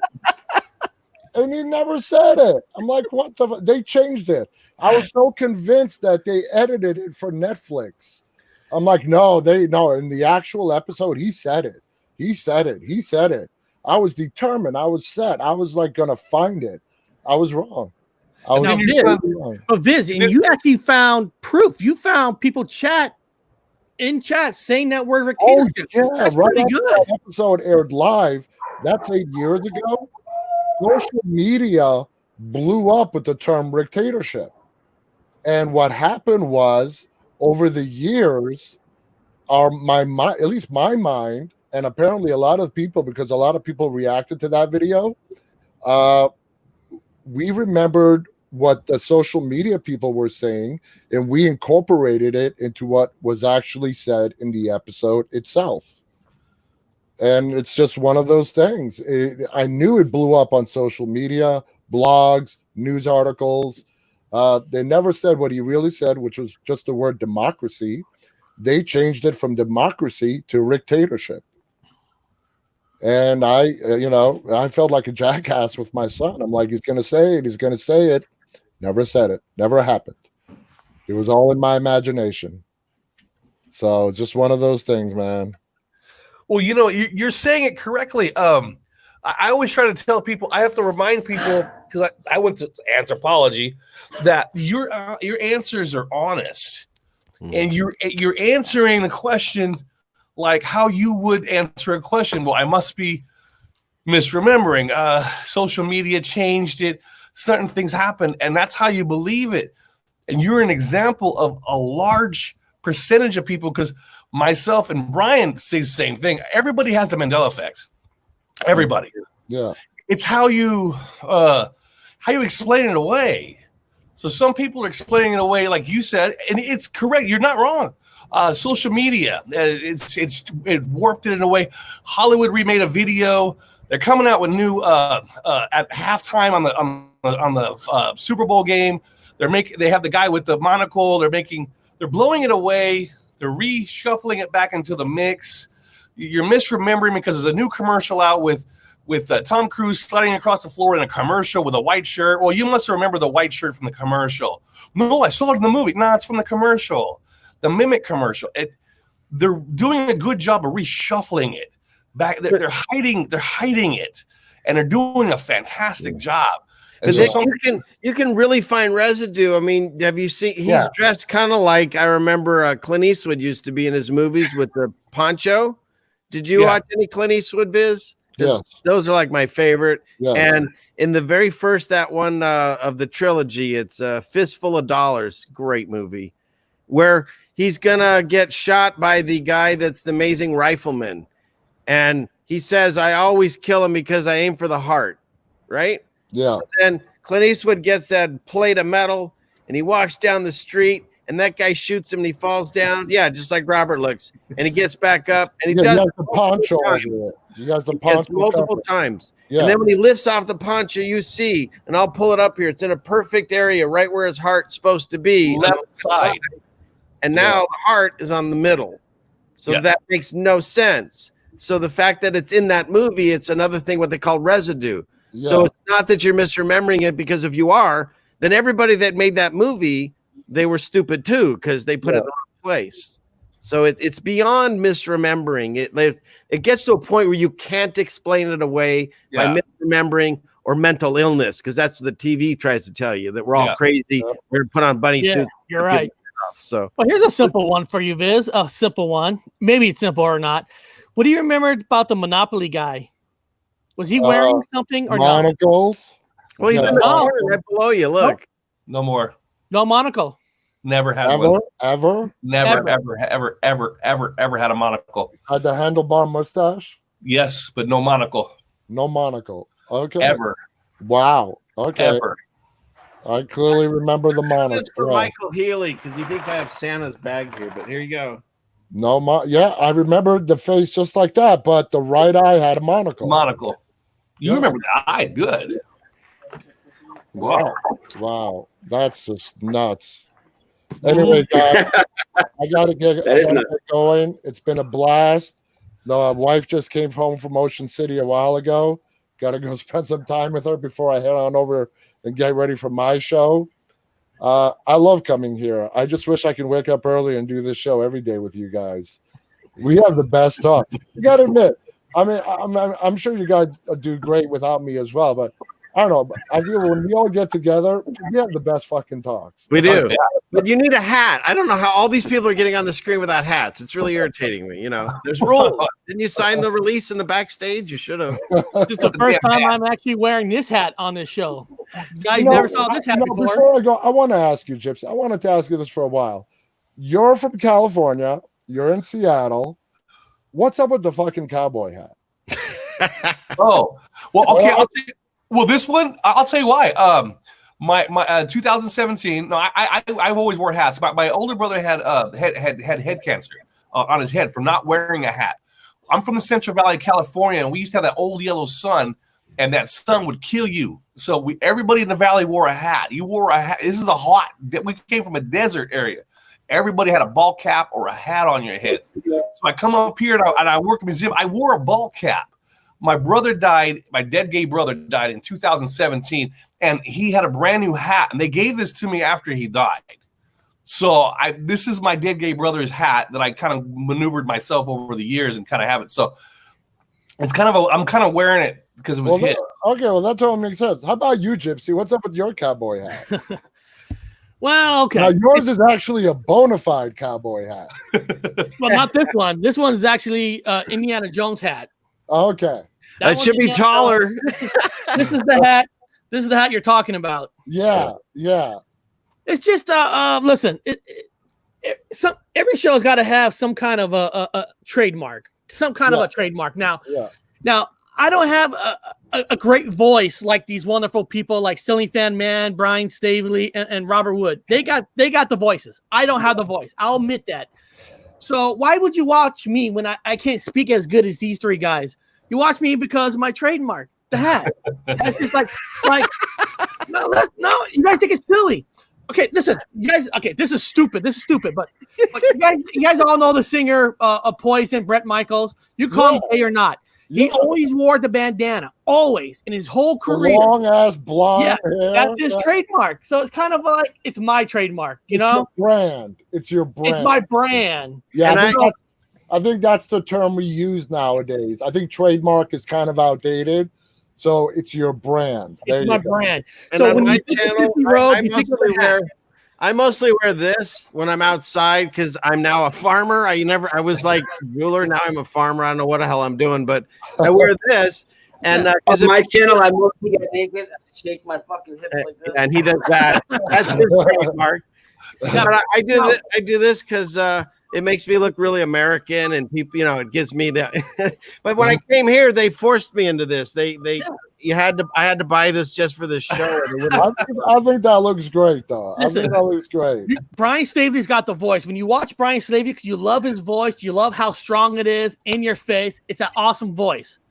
You're not going to get that from me. I don't have that kind of a voice, so I'm awesome with this. Well, again, Aaron Eric's defense. My dad said, "Sons, you guys don't wear a hat. You're gonna get cancer." And my older brother got cancer, dude, on his head. They removed half his butt cheek and put it on his head. And so we're like, and my older brother looked at my dad like, "You're right." I'm like, I'm in real trouble. I've got no freaking hair. I've got nothing to protect me. Yeah. Oh, it gave him cancer. I'm bald, man. So my brother started wearing the full-blown cowboy hats to protect his head, but then he became a tranny and he started wearing a wig so he protected his head. So anyway, we've always worn hats. It's just because my brother and it was an example of why you should be wearing a fucking hat. We don't trust that son. I have this hat for one. If you look at my avatar, the guy is wearing a hat, walking the dirt road. Well, looking at your artifact for this episode, it looks like you have Abraham Lincoln's top hat on. Yeah. Cool. And this hat I wear for Juan now because he's in there. He likes to see it. I love the feather. Love the feather. You know what? We found this an owl. Dropped it in our yard. So. Smart. Wow. I'll tell you what, Viz, because you came on the show today, later on, I'm going to update my thumbnail and put your face on somewhere. All right. Can you put a hat on me? I'll put a hat on. Yes. All right. My thumbnail, if you look at the thumbnail, there's a picture of everybody that's in the community. Karen B's on there, Truth Seeker's on there, I got system failure on there. If you look at my thumbnail, and the Monopoly guy has a monocle too. Do you see that down there? Yes. There you go. The Monopoly guy has a monocle. I put that on there. I put that on him. Okay. All right. I just saw the Monopoly guy. That's how I remember him, with a monocle. Yeah. Yeah. All right, guys. I'll catch you guys later, okay? Much love. Later. Good I'll be seeing back. you. Later. Oh my goodness, that poor man. I hate we do that to him, but he's got a good, sense of humor about it. But guys, but listen, the conference you saw last week never had anything like this. I mean, waking up people is real. Seeing his expression was real. That's real chemistry that the show was missing last week. It didn't have that. Yeah. All they had was bashing space. Nobody watched it. It's not even worth our time talking about it. It's not. But it's priceless when you see somebody new on air, like saying, "You ruined my childhood." You can't beat that. I love it. All right, Brian, enough. You're the closest to him. You better. You don't act that way around my parents, I hope, Brian. Only on this parents in a couple weeks, dude. I know. What the hell? You're moving there? What the heck? This is weird, man. California, man. So stay out of the mountain area. Stay out of the. Hold on. You're moving to California, or you're moving to North Carolina? No, I moved to North Carolina. I'm going to visit California. Oh, you're just going to visit? Oh, okay. For the third time in 2 months. Yeah. Nothing wrong with that, dude. Yeah. Did you ever go to that Jewish deli I told you about? I mean, geez, you should if they're open. Yeah, I'm gonna go to fucking firebomb that place. Hey. I actually feel sad. I had to cancel my trip to California in September. Hold on, I'm gonna go to his deli. I'm gonna burn it to the ground with firebombs. I'm gonna spray paint swastikas the old way I remember. All right, that's it. Yeah, the way you remember. Everyone, if you're watching, don't let him do it. Can you imagine that? See it now, when I see swastikas, I'm not gonna lie to you guys. I'm not gonna lie to you guys. When I see the racists, and there are racists, they're spraying swastikas and they're spraying them the new way. And I'm looking at it, going, this is not right. I hate what are they doing like this? This must be locals. And that's the first thing in my mind. I feel bad because I'm not thinking about what they've done wrong. I'm thinking about this must be local idiots because they've done the swastikas backwards. They're upside down and twisted like the local shit. They need to do it this way. I hate thinking like that. The old swastika way back in the day. This is over here. It's all wrong. Everything. Like, yeah, man, don't fuck with me. I'll give you the fucking final solution, bud. Now, you're gonna give me the Tom Hanks thing. That's what you're all about, Tom Hanks. Look at the house. That's beautiful. Look at the background of Brian is. Look at that brick. We got a whole fucking forest here with a creek and everything, dude. You don't even know. You don't even know what's up. Fuck, dude, man, the fucking CIA pays us well, dude. I know, right? I've been accused. You know how many times I've been accused of being CIA? He's CIA. He's his shill. He's from the Mandela, or he's from the Museum of Flight. He's CIA. He's an inside guy to get in. I'm like, oh, shut the fuck up. Seriously, shut the fuck up. Usually they're the ones with the shills. Now I know we're not going to talk about the conference, but not the conference. But there was somebody, Bob, that actually made a comment against you, and not just against you, made a comment about new shows. Now I don't know if he was saying shit about this show or not, but one thing I like about Brian is Brian supports and promotes people to have their own shows. Yeah. Now you got a Michael Healy show out there. You actually have a bonus show out there. Cool. You Tommy there's a lot of fantastic shows, but if you, I don't know if this person is afraid of new shows or afraid of competition. It's not about competition. It's about more people expressing themselves about what they're seeing in life. It's just beautiful. It's fantastic. But there was a comment against you. Your name was on that, and you wanted to say something about that. So, Bob, any Mandela Effect address stage is yours right now. Well, I'm going to let people know that Scary Performance on the show, he'd made a really clear comment about me being on a show and being in a certain way. He's right. So I'm going to lay this to rest. A lot of my fans are coming to, hey, man, no, dude, he's correct. He's correct. What I did was exactly what he said. But let me explain myself for what he was talking about. Let me explain myself. Now, 2016, I got off drugs in one day. Now, I was an overweight guy. I had been taking all kinds of medications for over like close to the 20-year mark. So when you're coming off drugs, you can get off in a day, but you're going to detox for at least a little while. And then my body was losing the fat. And so I'm getting all of these avatar medications I got here from my system. I'm basically on acid for a year and a half. All this shit digesting into my body. I'm off drugs, but it's burning all them chemicals in my body. So I'm walking around like hallucinating almost fucking 24/7 all the time. And outside of that, yeah, I'm a little bit crazy when it gets kind of weird. He had mentioned that I come on his show and I was urinating while on the show and I was dropping the bad words and stuff. He's correct to say that. So I'm not mad. So nobody go bomb Dan. He's a good guy. He's got a good heart. Don't. He's right. I did do that. A little bit out of context because, number one, I'm explaining that I was in England. I had an English phone number. There was no way in hell he's going to answer I was going to come on his show. And he let me on, guys, 2 or 3 times. He wasn't being an asshole. The first time he let me on, I didn't know I was going to get through. I mean, I had an English number. It's not going to get through to America, especially this is like 4 a.m, man, over there. So I'm drowsy. I get the phone. This is the story. It's funny. I get the phone and I go, well, I'll give it a shot. So I hit the button. It's ringing. I'm taking a piss. I'm not going to get through it. Even the number's not going to get through to the Americas. It's all different. Dude answered the phone while I was still pissing. I go, oh, Dan? Hey, dude. And you could hear me like a Russian racehorse. I'm spraying the freaking toilet here. I'm like, oh, I'm in the bath. Hangs up. I said, oh, shit, my bad. Oh, I felt embarrassed because I was really taking a piss. So I call him back on a different phone because obviously I'm kicked out of this one. I call him back on another phone. And the dude, poor guy, for some strange reason, he didn't even know it, answered again. Hey, man, it's me. And he's like, oh, my. And he says, you got one warning. Before it even started. And he was right. And so I'm like, hey, dude, I was excited. I was talking about the airplanes. Noblest These Nuts was there. I was like, I was dropping the bombs. I wasn't, I was talking like I talked to you guys. Yeah, I have a little bit of a Tourette's. I have a little bit of a sailor's mouth. Can't do that on the show, man. It doesn't help his show. Boom, he throws me off. So what he says is correct. Now, it was my fault. I didn't. This is why these things happen.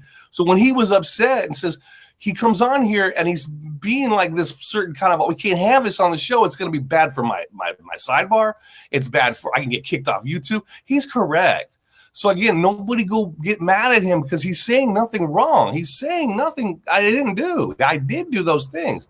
Now, he was a little upset because, it was taken out of context. I didn't intentionally call in the show purposely wanting to urinate. I did not. I didn't know I was You did that on my show. Yeah. Yeah, right. So it was an accident. But the way that the shopping cart or whatever the way God had planned it, everything is written, it was just that way. Maybe it was to keep me from coming back to the show. Maybe it was to keep me from becoming part of the show. Because if I was part of his show, I wouldn't be part of this show. Everything has its reason. So there was a good reason for him to be upset. And people need to understand, don't get mad at him for saying that. Now, people have called me drunk before that I know, and they're friends. They're correct. Okay, I'm not mad about that. Don't take this out of context. Yeah, he said them things. He was a little upset because he got kind of kicked out of another site. Maybe he was getting a lot of people, good people with good hearts, get kicked out. They get banned. It doesn't mean they're bad people. I myself have been blocked. I'm probably the king of being blocked. I've been blocked hundreds. I probably got blocked out of Brian's more than once, and he even knows it. I don't tell him I'm not mad at Brian. I brought it on myself. If you're coming into somebody's site, guys, and you say I'm coming after you, you're gonna get blocked. Mm-hmm. You're just gonna do it. If you're coming in the sidebar and you're being a friendly person, you're gonna stay in the sidebar. You were coming after me at one point. I think I've been blocked out of here several times, but not by you. Yeah. Not by me. Yeah, no. I blocked him once. I was doing an interview with him. Yeah. So, again, you nobody get mad at people like that because they have to protect everybody else, friend or not. You got to protect everybody else in the sidebar. So if I'm coming in with a little bit of an attitude, you got to throw me out. If somebody comes in that I know they're a good person, they're coming with an attitude, I got to throw them out until they calm down. Then they can come back because everybody has that moment where they're just ready, fired up. They want to say the meanest things, but hey, take a timeout. You're going to do a timeout. I'm sorry. You're a good friend, but you're doing a timeout. You're out of the site. So nobody get mad at other people's sites if they got. I rightfully got. Yeah, I got booted out. Okay. It's okay. Now earlier on, I did shield him in the early days of 1617 because there was a guy named Photo Helix that was on the site who sent me a video of him naked. Okay, swear to God. Wait, what? I laughed. It was funny. Whoa. Who was naked? Photo or Dan? Yeah, Photo was naked. What? Yeah, he sent me a private video of him naked doing the pogo stick. He was doing the old punk rock pogo stick. So he was doing a pogo stick in a dark room, naked. And I said, and he sent me a video, private video. I said, what the fuck? I laughed. I said, why are you sending me a video of you naked? He says, I'm always 10 seconds ahead of you. That's what he said in the caption. I said, okay, what was this about? Because he was starting to show Scary Performance. It was before I had a live show. It was me, Texas Danny, and it was Atomicon and Jimmy Dog from Scotland. So we had a live show going. So what it mean? It was a challenge. It's like, we're coming up with a show. I'm challenging you on the show. Okay, that's fine. You want to challenge me on a live show? I'm not out to be challenged. I'm not out here to compete, but okay. So he would shield my site. Okay, and then I would shield his site, which unfortunately Dan was part of the site at the time. He still is. He owns it now. But Photo Helix was in there, and he knows what he did. So when I shield, it's because of him, not because of Dan.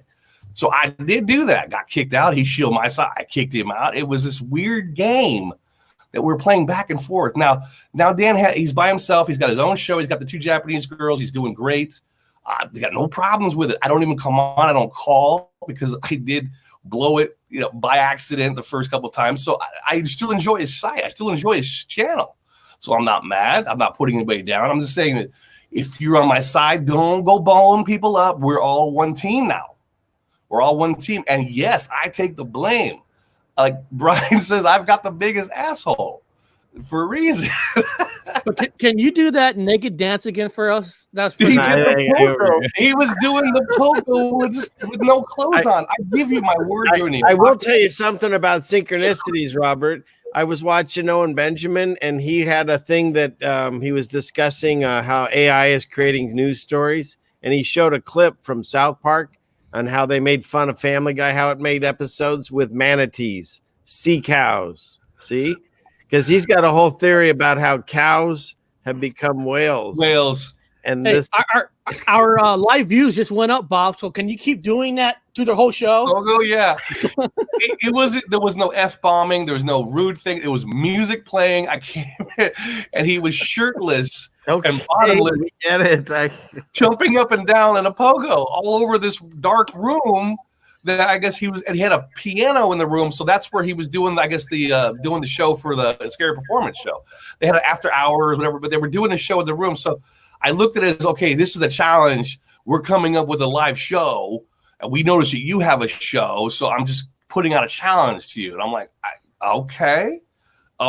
So I game on, right? Game on. That's why I used to did early shills with him because he was doing it to me. I mean, and I don't think Dan even had anything to do with it. I think it was just Photo. And again, I'm not offended by it. I thought it was funny. I could have taped it and saved it and showed everybody to really make it look bad, but I didn't do that. I took it as a funny job. I took it as a challenge. It's funny to do it in these kind of times. So that's the history behind me and the Scary Performance show. But once Photo, and even Photo even knows it. Photo shaved one time. We challenged each other to the point where he shaved because he lost. We were going back and forth like a little bit of a rivalry, and because we both had beards, and Photo bowed out, shaved his face, and sent me a private email saying, "Hey man, you win. I shaved. I lost." Swear to God, in an honorable way, guys. He respectfully shaved and says, "I bow out," and it's all good. It's all good. It's over. It's over. A lot of people overseas. We had a little bit of a bump in the head. We compete. We did a double fight. We're cool too. Everybody's cool now. So we all have big horns, man. We're all alpha racking. Basically, everybody that's actually real is cool now after last week's debacle. This week's debacle, whatever it is. Dude, Brian is 100% correct, Bob. You and I were talking like, I'm not saying we had a beef with one guy like Scott Harrison, and now we're friends. Like, I want him on the show. It's like last week brought a lot of people back together and said, hey, you know what? It's stupid that we have these little things in the back. Let's just all be friends and let's talk Mandela effect. Yeah. Fantastic. I mean, well, if people are coming here, even if like Viz, that he has a different opinion, when he first showed up and we were talking to him about airplanes and stuff, different opinion. When he first started about masks and stuff, different opinion. But we didn't say, hey, you know what? Get the hell out of here. You're an idiot, blah, blah, blah. We're like, he wanted to listen. He wanted to have a dialogue. And as long as someone's willing to do that, man, I'll talk to you and I'll listen to you, because that's what we want people to do to us. But if you show up in a chat or on a screen and you go, oh, you guys are a bunch of idiots and you're full of crap, well, what's the point in that? You might as well just go somewhere else. I mean, it's like when they used to say people would write in about a TV or radio show. If you don't like it, just change the channel. I mean, that's all you got to do. Yeah, because people were like, hey, they're sending me emails. Hey, man, you know what he said? I said, yeah, I go, yeah, he's true. He's correct. What do you mean? No, he's correct. He's correct. I have a person this morning in the chat was saying, I'm going to be quiet. But then he said, he put Brian down in his fucking chat. I'm like, okay, you're gone. Listen, that dude made a 30-minute video on me last night. Oh, man. Yeah, you can't do that. I live the life of a crisis actor. He's saying in the video, and like, I don't know. He's like, look, he's a liar, because he showed like video of me and Karen on the porch. Then he showed a video of Ted. He's like, who's this guy? Like, this guy. And that's the sad thing is these people, when they try to take us down or whoever we are, people that are speaking the truth, it shows, because the videos, I've looked at one of those. I couldn't even stomach most of it, because not his, but others that have, everyone's gone after at least Brian once, it seems. And there's no content in it whatsoever. I mean, it makes no sense. And when you listen to any one of these people on this screen for 5 minutes, that's all we do is we just talk truth. This is what I've experienced. This is what I observe. This is what I think. That's it. We don't try to say shill people or clickbait them or say we're going to talk about Mandela and then talk about New Age truth and aliens and crap and NASA. I mean, it's obvious. If you have any kind of thinking, you walk in and you watch one of those idiot videos, next thing you know, you realize it's not. Instead of being, and I'm not living life as the crisis actor. I'm living off the unemployment and the extra money that they're giving everybody for COVID. And instead of being a scared little bitch and staying home, I'm just getting on airplanes and shit. It costs me $100 to fly here, dude. It's not a big deal. Yeah. Same thing. When I've got the stimulus check, I use that stimulus check to come here to buy tickets to come back home. Use it for something good, dude. I'm doing, I'm still online. I'm still talking to people. I feel like I'm working. I'm working. It's not a gift. I had the money to go to California twice. Yeah. It's not a gift. It's from your tax-paying money. You paid for your whole life, so you paid into the system. Oh, I get it. Yeah. Oh, I get it. But if I don't take it, everybody else is going to take it anyways, and I'm going to use it for better shit. Like, look at me now. I don't live in the Trump Palace anymore. I live at Karen's house. Nice, man. But Richard, you said something interesting. You said that at least everybody went against Brian at least once. So Bob, we haven't gone against Brian yet. So how can we piss off Brian? Oh. I made sure I was like, who the hell is Brian? He popped out of nowhere. I said that. I'm currently making my Brian hate videos. So. I didn't say I hated him. I just said he come out of nowhere. Big deal. I just haven't seen his stuff because he was at the time he was doing a lot of flat earth and he was doing Mandela effect. So I was under the impression he was in a different kind of a field. So I went to watch his shows. I said, "Oh, he's not so bad." Oh shit, he's talking about the same shit I'm talking about. Same shit. So Bob, it doesn't offend you when Brian said you got the biggest asshole in the world? Correct. I do have the biggest asshole in the world. I own my own big asshole. I said he's got the biggest asshole on Orion. The biggest Orion. Orion, yeah. Hey, Brian, I thought of something. I did that awakening, which it's probably one of your best episodes. But in any case, I did that awakening with you. No. Thursday was the best show. I actually had to take that. I don't know. I think I might have a few more views. I actually had to take that episode down. What's that? I had to take your episode down. Oh. Yeah, sure. Okay. In any case, what I forgot to tell you on that one, because I just figured it out with my wife yesterday. I figured out how I found you because I never knew how I knew Brian Stavely. And you put up a video when I was getting into the Mandela about, I think it's your actually second to mine, maybe the most popular video, when you had the changes of geography and you had the map up. And I came across it yesterday when I was looking at your channel, and I'm like, that's where I remember meeting you, or whatever you call it. You showed me how everything had moved in South America and Panama, and it was just blowing our mind. So that's my first time I found your channel. It's kind of funny. So, let's not forget, guys. Thank you, Sexy. Today, let's put Brian's ego aside just for a second. We're gonna put his ego on the shelf. We need to put somebody else. We need to put somebody else on that same shelf for a second. Now, Pigman that showed up on the fucking show was in fact the video. Was in fact. What happened? Oh. Confessed to be in May. So my bow. Hey, Bob, hold on. You total broke up. Don't shoot for hacking. We can't hear you. Okay, my bad. I'm being hacked. Am I here? On a deep, big level of quanta effect of. So, like, I was going through all the. It was about the same time of quantum mechanics. Can you give me a screen share? I can't see it yet. Hang on a second. My bad. I had amateur hour. Why'd you invite this guy? Yeah. He's such an amateur. Cool. I want to see this. Wow, this is on a deep, big level of quanta effect. So, like, I was going through all the. It was about the same time of quantum mechanics. I hear double. So how did he get in there if they didn't know who he was? I'm not saying how. But shout out to the boys. Hold on, you hear a double? Hang on. Yeah, I know why. I'll fix it. Your fault. Shut the fuck up, dude. Yeah, just come and ruin our show. That's fine. Interesting. Anyway, so well, making fun where it can. Tom Boyd's such a fan. So yeah. Let's give it. There it is. There it is. It was John McCain. I knew it. Let's give credit where it's due, guys. It was funny.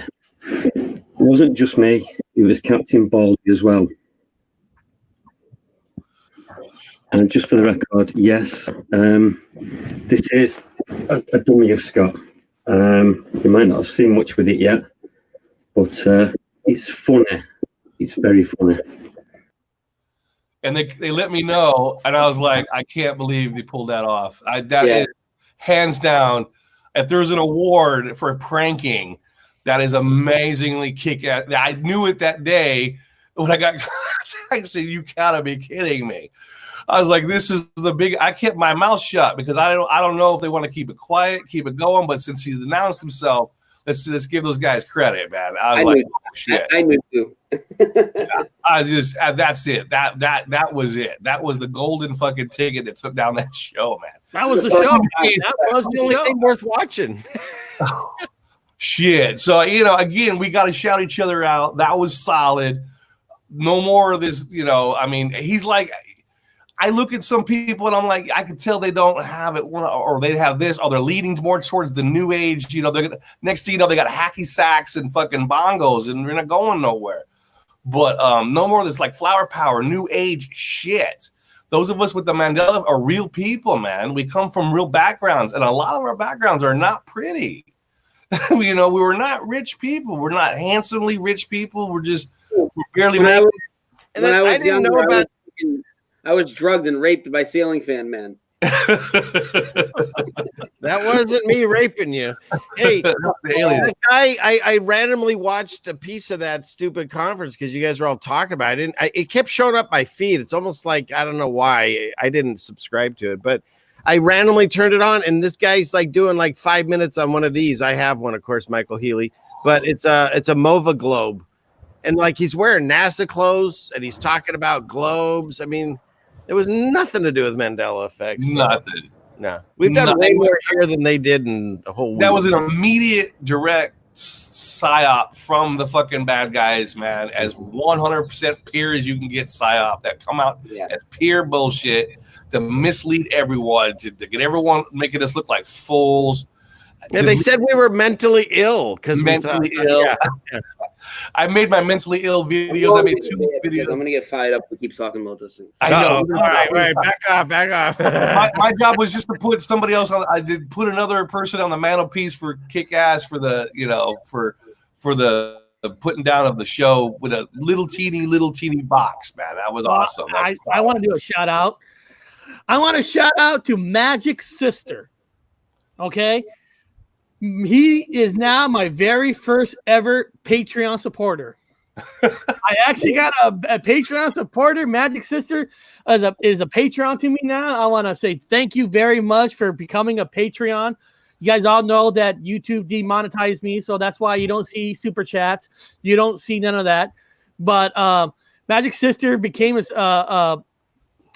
of my guys, and I want to say thank you very much. I appreciate it, and any support goes straight to the website that I'm building. So I want to say thank you. That's my little shout out.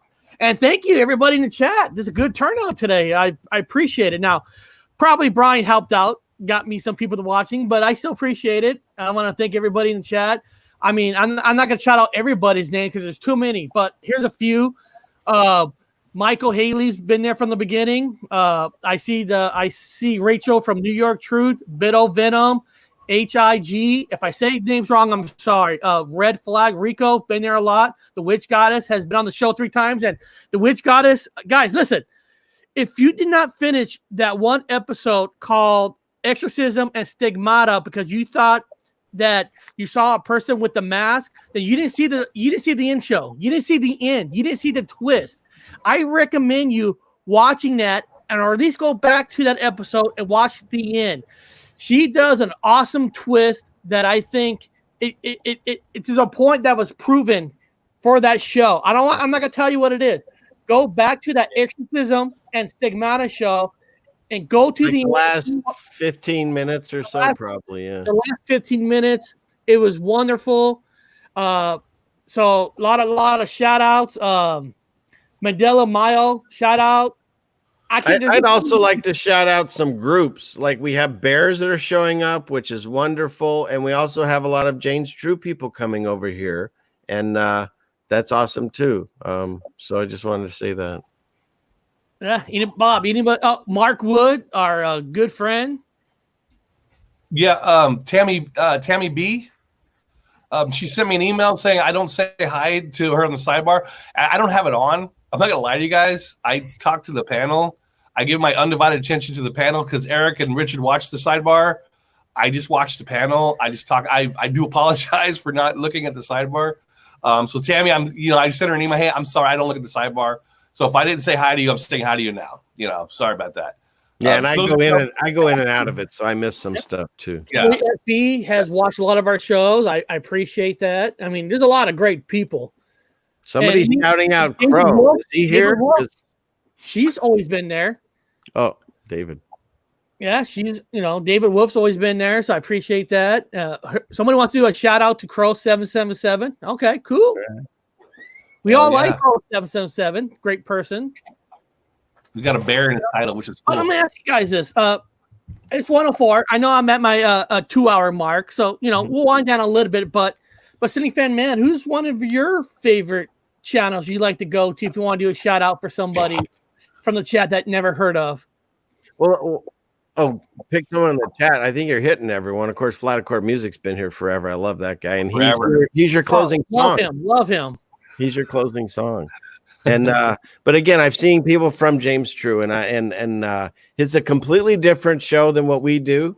I've talked to him a few times, and basically I've said, like, what I do is I kind of take things like he talks about, and then I dumb it down for like 13-year-olds, and then I put it on my channel, or I come here because we just have fun, and that it's nice that we're combining different groups.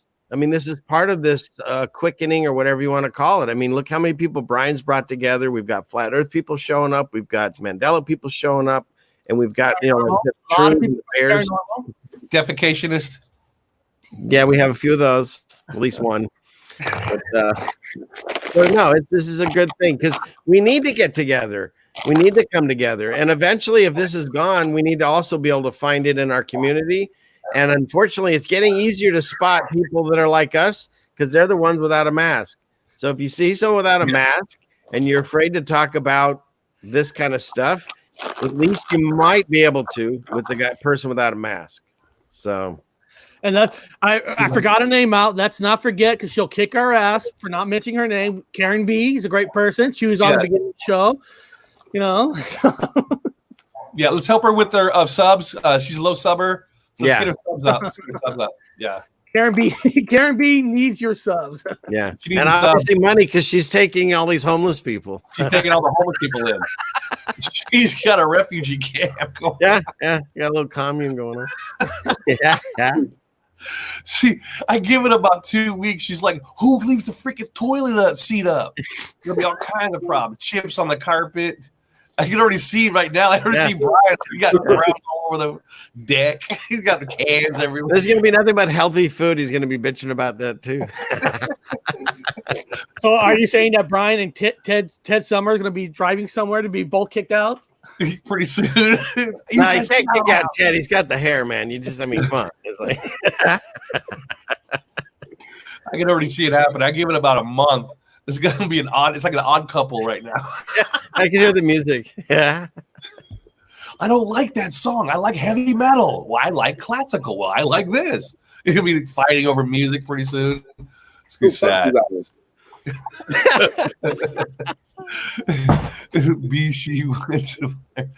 Pretty soon. The thing people should do is start looking up. I was filming the moon last night, and the clouds are looking really crazy. Give me some weed. So, you want some weed? I got some people getting weed. I can't. Right here. Here, can you reach that? Here. No? Oh, you bastard! I'm out of weed. I was like, so people are going to get some young people get some weed. I'm like, get me some weed because I'm out.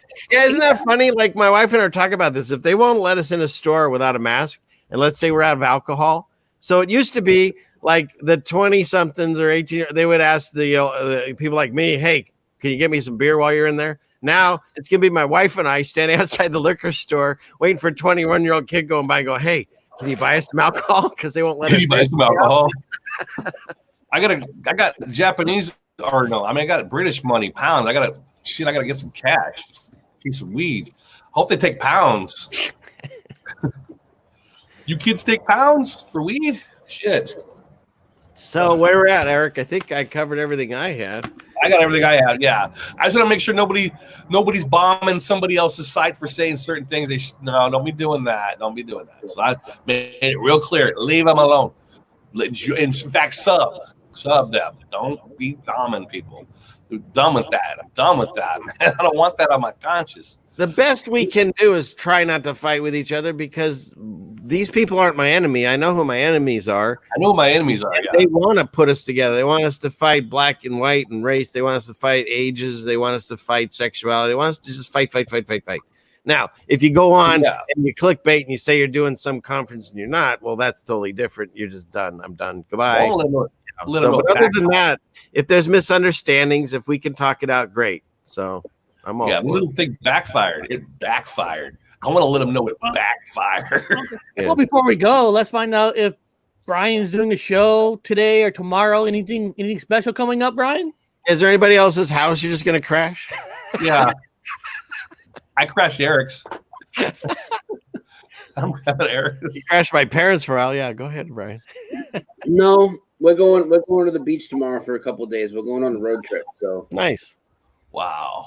Oh, man. I was actually supposed to do Beyond with Awaken Saint tomorrow, but I had to cancel. So probably for a couple of days, but you'll probably see me do some stuff from the beach, depending on how my signal is, But I'll upload them when I can and get some pictures and see what's up.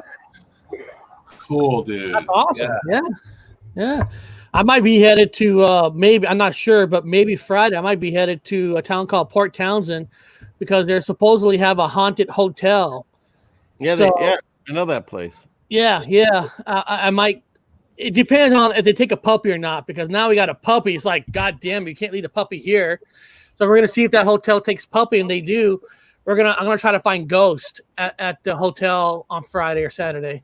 So does that mean I have the house to myself?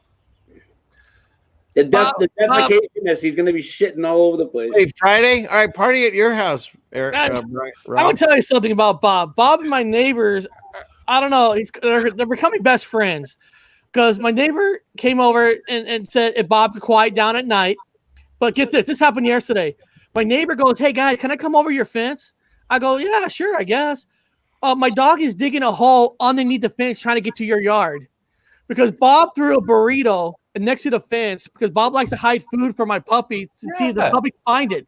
But their dog is trying to dig a hole, and she thought maybe there's a dead rabbit on my side of the yard. So she came in and found the burrito and said, hey, can I throw this away? Because my dog is trying to dig a hole into your yard. So Bob is just continue making neighbors mad at me.